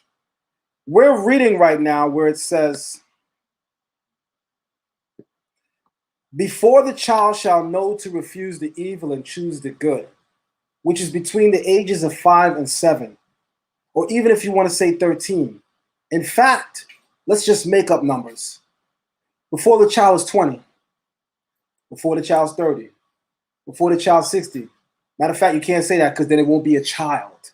So you have to keep it within the terms and measurements of a child. So anywhere from early teenager down to toddler. It says, before the child knows to refuse evil and choose good, the land that you abhorrest shall be forsaken of by both of her kings. Okay. Guys, common sense, guys. Listen to me carefully. Common sense. If Emmanuel is in fact Jesus, and I think I proved beyond a shadow of a doubt that I could be extremely objective, no bias. So this has no biasness whatsoever, pure objectivity. So let's say the child is Jesus. Jesus isn't going to be born for another 800 years. So, of course, guys, the two kings who Ahaz is afraid of are going to be long gone and dead 800 years later, because what man is living that long during this time? Is this the era of Noah where people are living to be 900? Come on, common sense. You don't even need Hebrew for this. There's no way the child is Yeshua, Yahusha, or Jesus. The child is assigned to Ahaz. Ahaz lives 800 years before Yeshua. So how could Yeshua be assigned to Ahaz?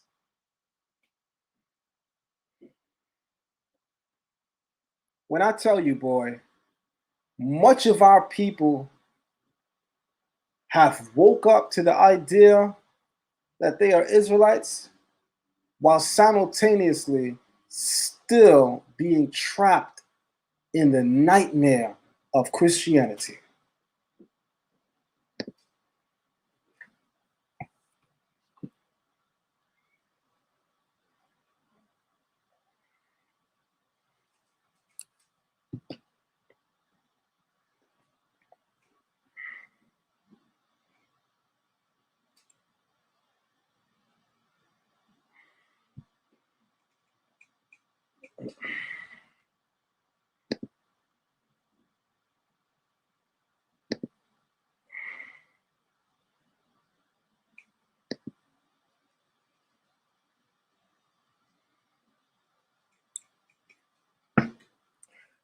Good evening, Wesley Curry II. I see you want my attention. I think you want me to make you famous on my live.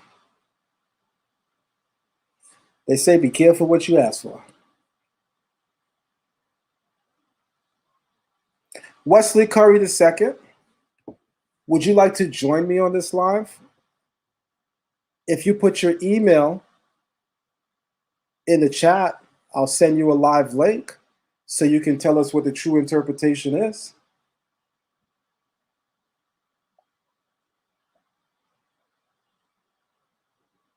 Wesley Curry II, you said, sorry, you have no gift of interpretation. I am Wesley Lawrence Curry II. Well, Wesley Lawrence, I'm assuming of Arabia. I'm assuming Lawrence of Arabia. If you'd like the live link, it's here for you. You can join the show. I would love to hear your interpretation, Wesley Lawrence Curry II.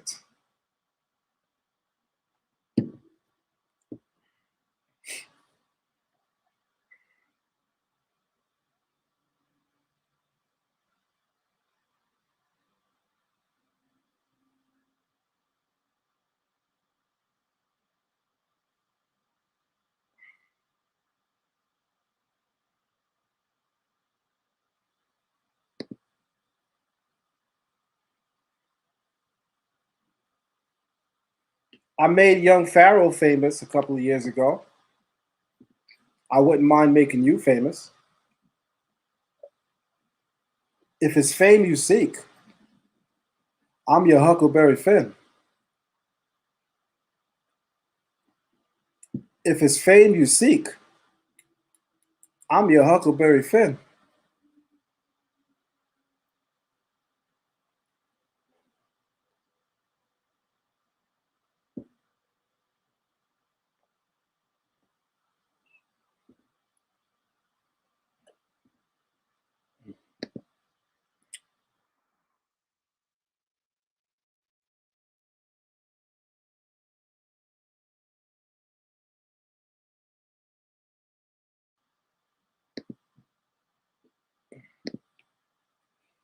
All right. Back to the lesson.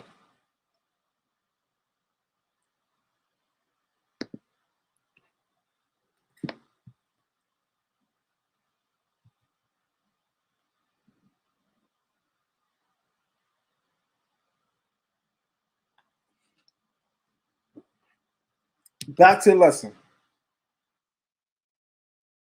Isaiah 7:14, guys, has absolutely nothing to do with the virgin birth at all. It also has nothing to do with Yeshua.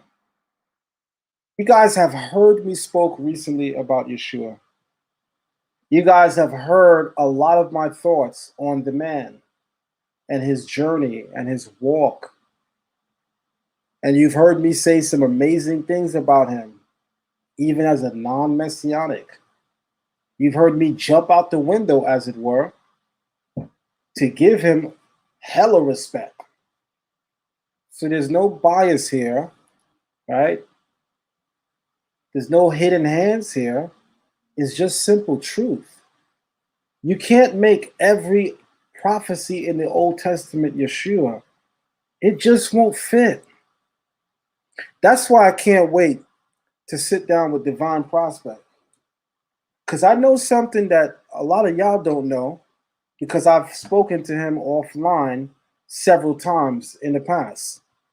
I know that he don't believe that every Old Testament prophecy pretty much is talking about Yeshua. And I know he disagrees, more importantly, with a lot of prophecies that people say are in the Old Testament that are talking about Yeshua. Wait till Divine Prospect get on here and tell you, no, it's not. But you're going to believe him and not me, though, right?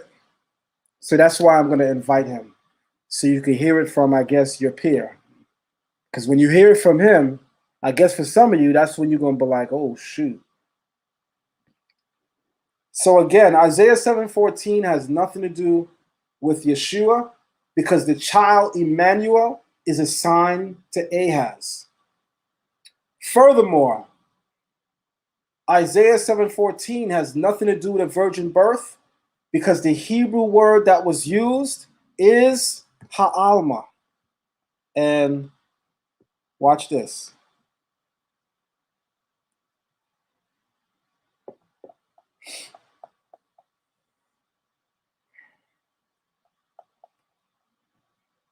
Alma is just talking about a young person, a person of youth. It has nothing to do with calling somebody a virgin. And I got receipts. The word Alma in Hebrew is the feminine way of saying virgin. And it has absolutely nothing to do with describing someone as a virgin.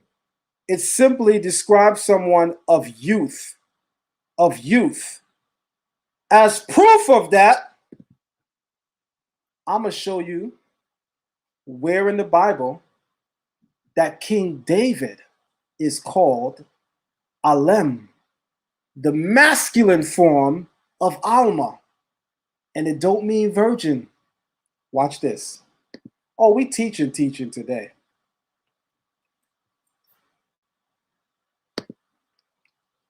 Get y'all pens and pads out, because school is all the way in session. Hulk smash that like button on your way, family. Hulk smash that like button on your way in, family. Hulk smash that like button on your way in, family, because school is in session. Watch this. Watch this. Because if y'all telling me that the word Alma is talking about somebody as a virgin and is not describing a young woman, so what about when I show you the masculine form? Were you even aware that the term Alma, which means young woman, has a masculine form, which means young man? And King David is addressed in the Bible as an Alem, which is the masculine form of Alma. And when he's mentioned as an Alem, it's not describing him as a virgin at all.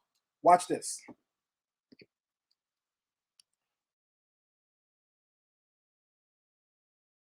But we teaching. School is all the way in session.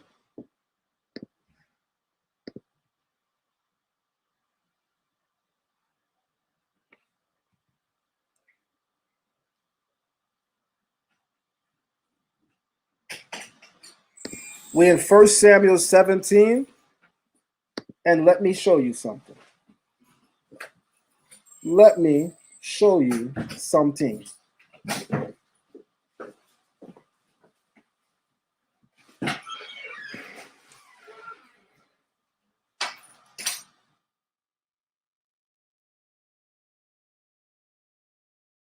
I'll start at verse 55.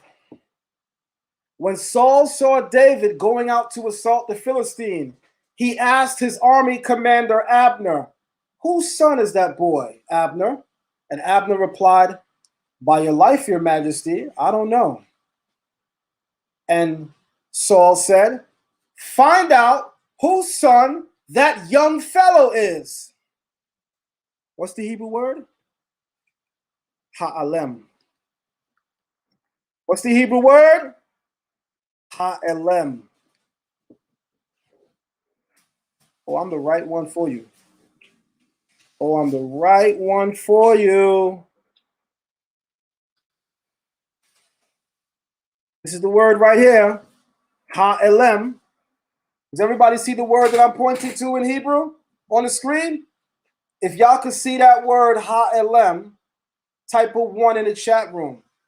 If y'all can see the word ha'elem, type a 1 in the chat room. Family, don't forget to hit that Cash App and hit that PayPal. Show your love, show your support, because you know you are getting an exclusive right now, family. Show y'all love, family.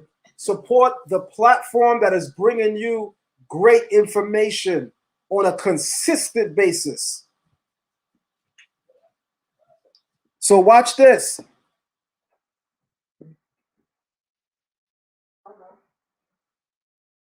King Saul wants to know, who the hell is David?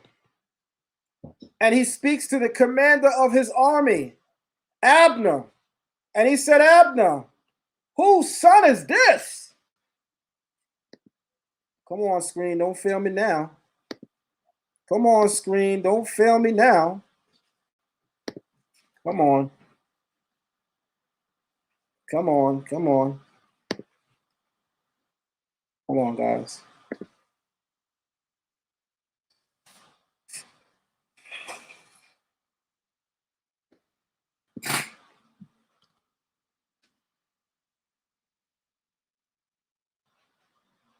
Okay.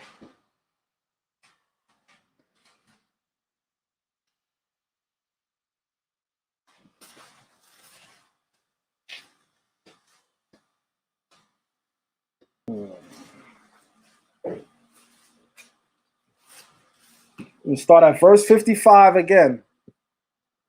We start at verse 55 again, and I'm going to blow it up where you guys can see for yourself. Let me make myself small so you guys can see the screen. I'm going to make myself small so you guys can see the screen better.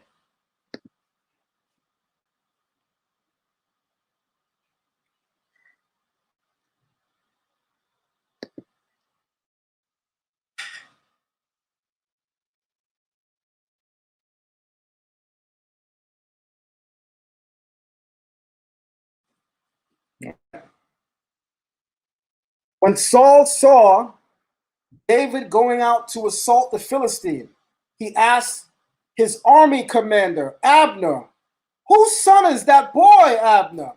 Abner replied, "By your life, your majesty, I don't know." Saul said, "Then find out whose son that young fellow is." And what's the word in Hebrew for young fellow? What's the word used in Hebrew here for young fellow?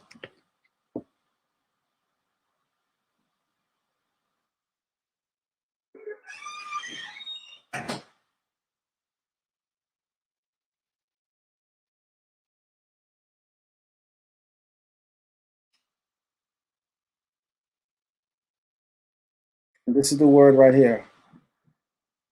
Ha-elem. And this is the word right here. Ha-elem. What does that word say, guys? What is that word I just highlighted? This is the masculine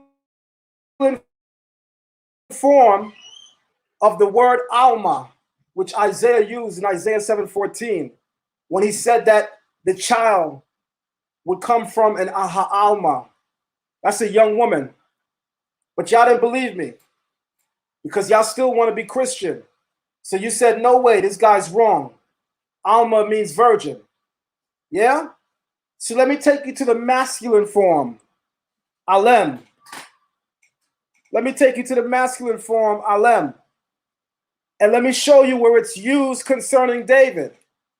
Where Saul says to Abner, the commander of his army, find out whose son this young boy is. So you mean to tell me what King Saul said to Abner is, find out whose son this young virgin is? That's what y'all telling me? That's what y'all telling me? You telling me what King Saul was really saying to Abner is, find out whose son this young virgin is. But I think right about now, some of y'all who doubted realize how crazy you sound. The word Alma in Hebrew is the Hebrew word for young woman. This word does not describe whether or not this young woman is a virgin or has known man already. It simply lets you know it's a young woman.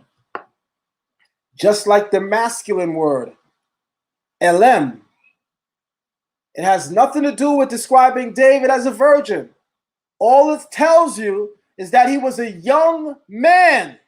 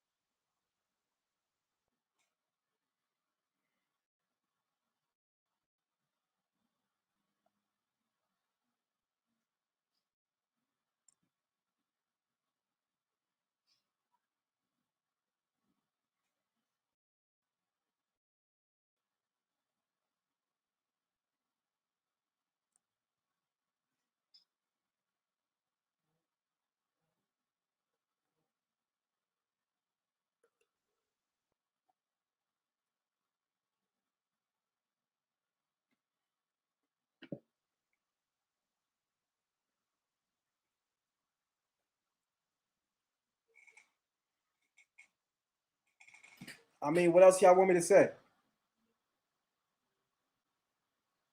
I mean, what else y'all want me to say?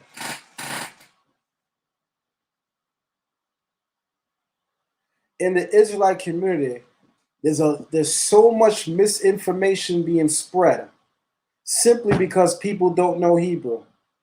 Let me give you one more example.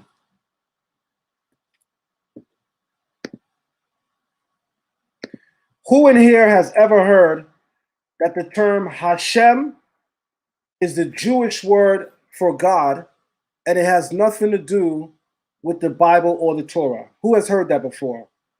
Which Israelite in here heard that when somebody says Hashem as a reference to God, that they're copying European Jews? And that's not Hebrew, and that's not the Torah, and that's not the Bible. Somebody tell me. Who has heard that before? By a show of ones, who has heard that before?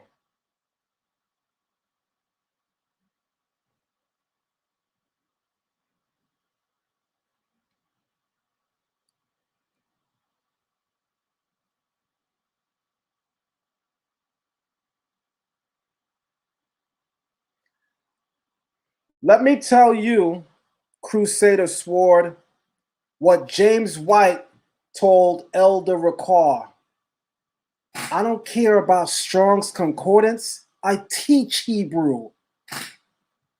Strong Concordance is for you, somebody that don't know the language.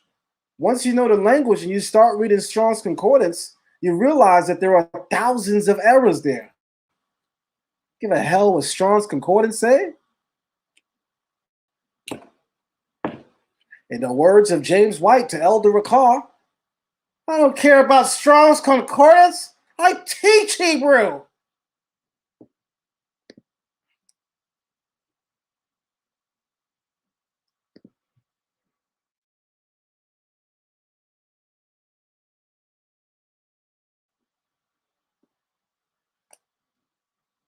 Back to what I said. How many people have heard that the term Hashem is borrowed from European Jews? So what's going to happen now when I take you in the Bible and I show you it in Hebrew as a reference to God? What's going to happen now? What's going to happen now? What you going to say next?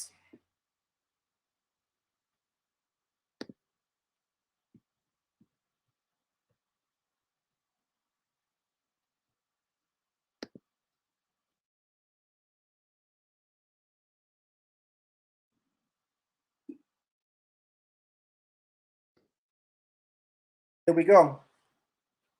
Here we go. Guys, before we go on further, let me say something to you guys.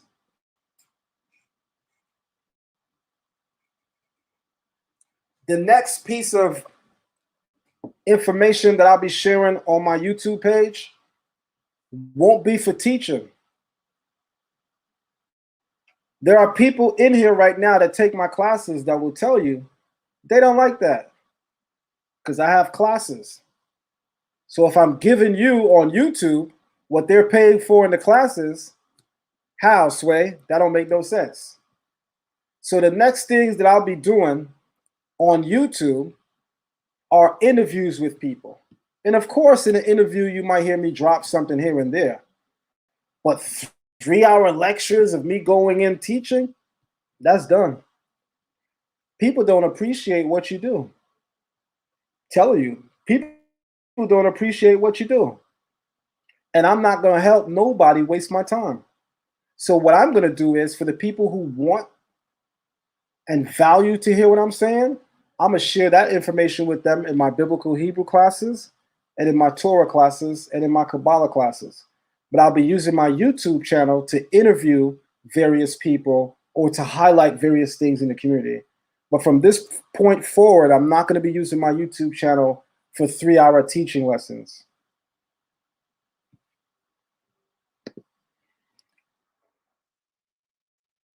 Leviticus 24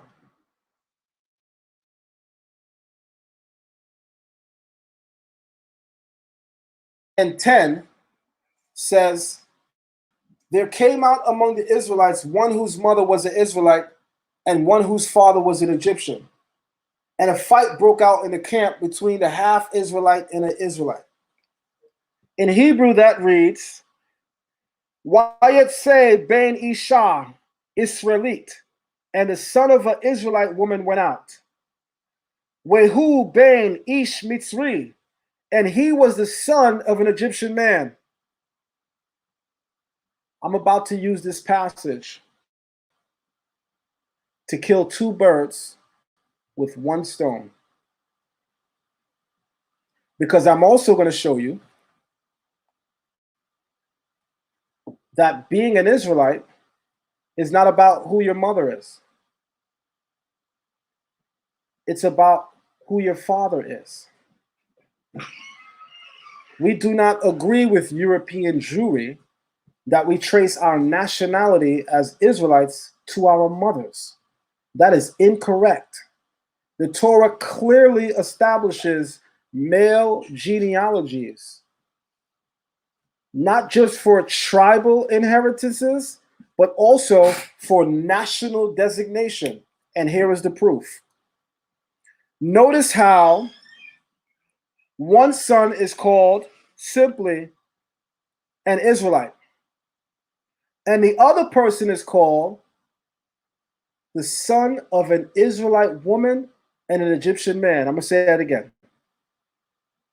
Wayatseh ben Isha Israelite, and the son of an Israelite woman. Wehu ben Isha Mitzri, and his father was Egyptian. Betok bnei Yisrael wanatzru be machane ben ha-Israelit weish ha-Israeli. And the son of an Israelite woman went out, and a fight broke out in the camp between the son of an Israelite woman and an Israelite.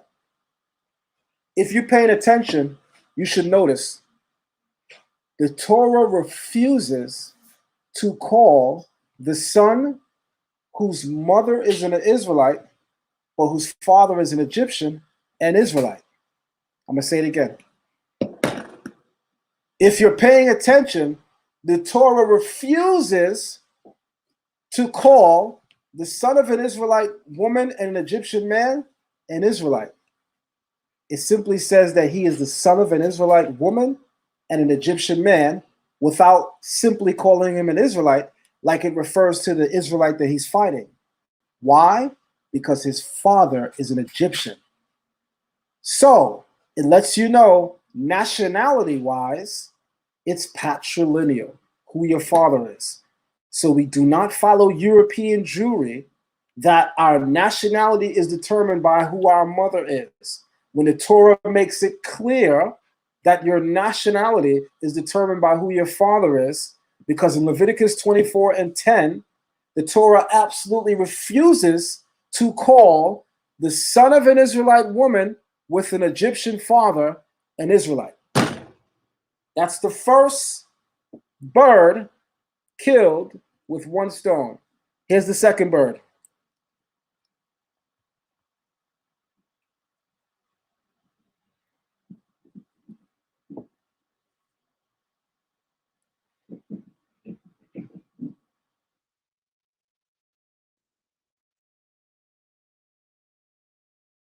It says, and the son of the Israelite woman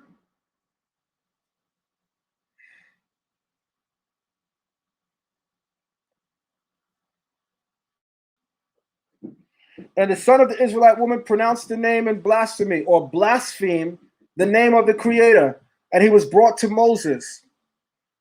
The son of the Israelite woman blasphemed the name of the Creator, and his name, and he was brought out to Moses.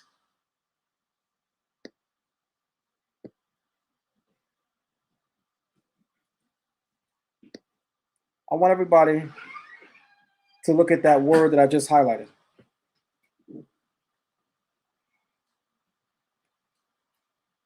I want everybody to look at the word I just highlighted. Because while you're reading in English the name of the Lord, the Hebrew says Hashem. Want me to say that again? While you reading in English, the son of the Israelite woman blasphemed the name of the Lord, in Hebrew, the word is Hashem.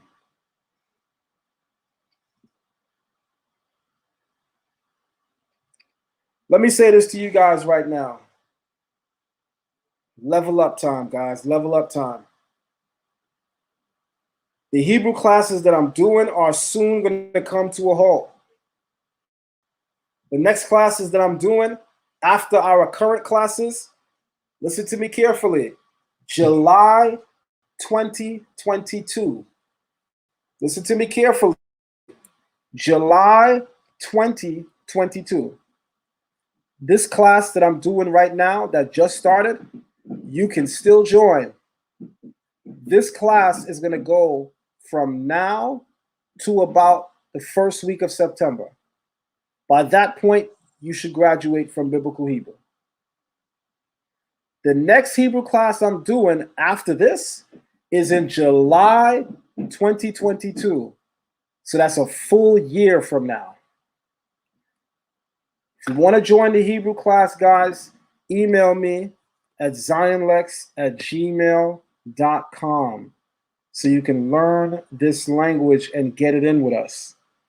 If not, guys, I guess I will be seeing you, if you're still interested, in July 2022. With that being said, guys, thank you all for being here. As some of you know, I'm going to Florida early tomorrow morning. As some of you know, I'm going to Florida early tomorrow morning. So I won't be doing any lives all next week. But I'm telling you, you have an opportunity to join our Hebrew class, our Torah class, and our Kabbalah class. When you pay for our Hebrew class, you automatically gain entry to our Torah and Kabbalah class for absolutely free. And both of those classes last a full year. The Hebrew class only lasts about 2 to 3 months. And that's the one you're actually paying for. But the Torah and Kabbalah classes, which I'm throwing into you for absolutely free, it lasts a full year. If y'all don't take advantage of this, I don't know what to tell you. With that being said, everybody have a great night. Shalom.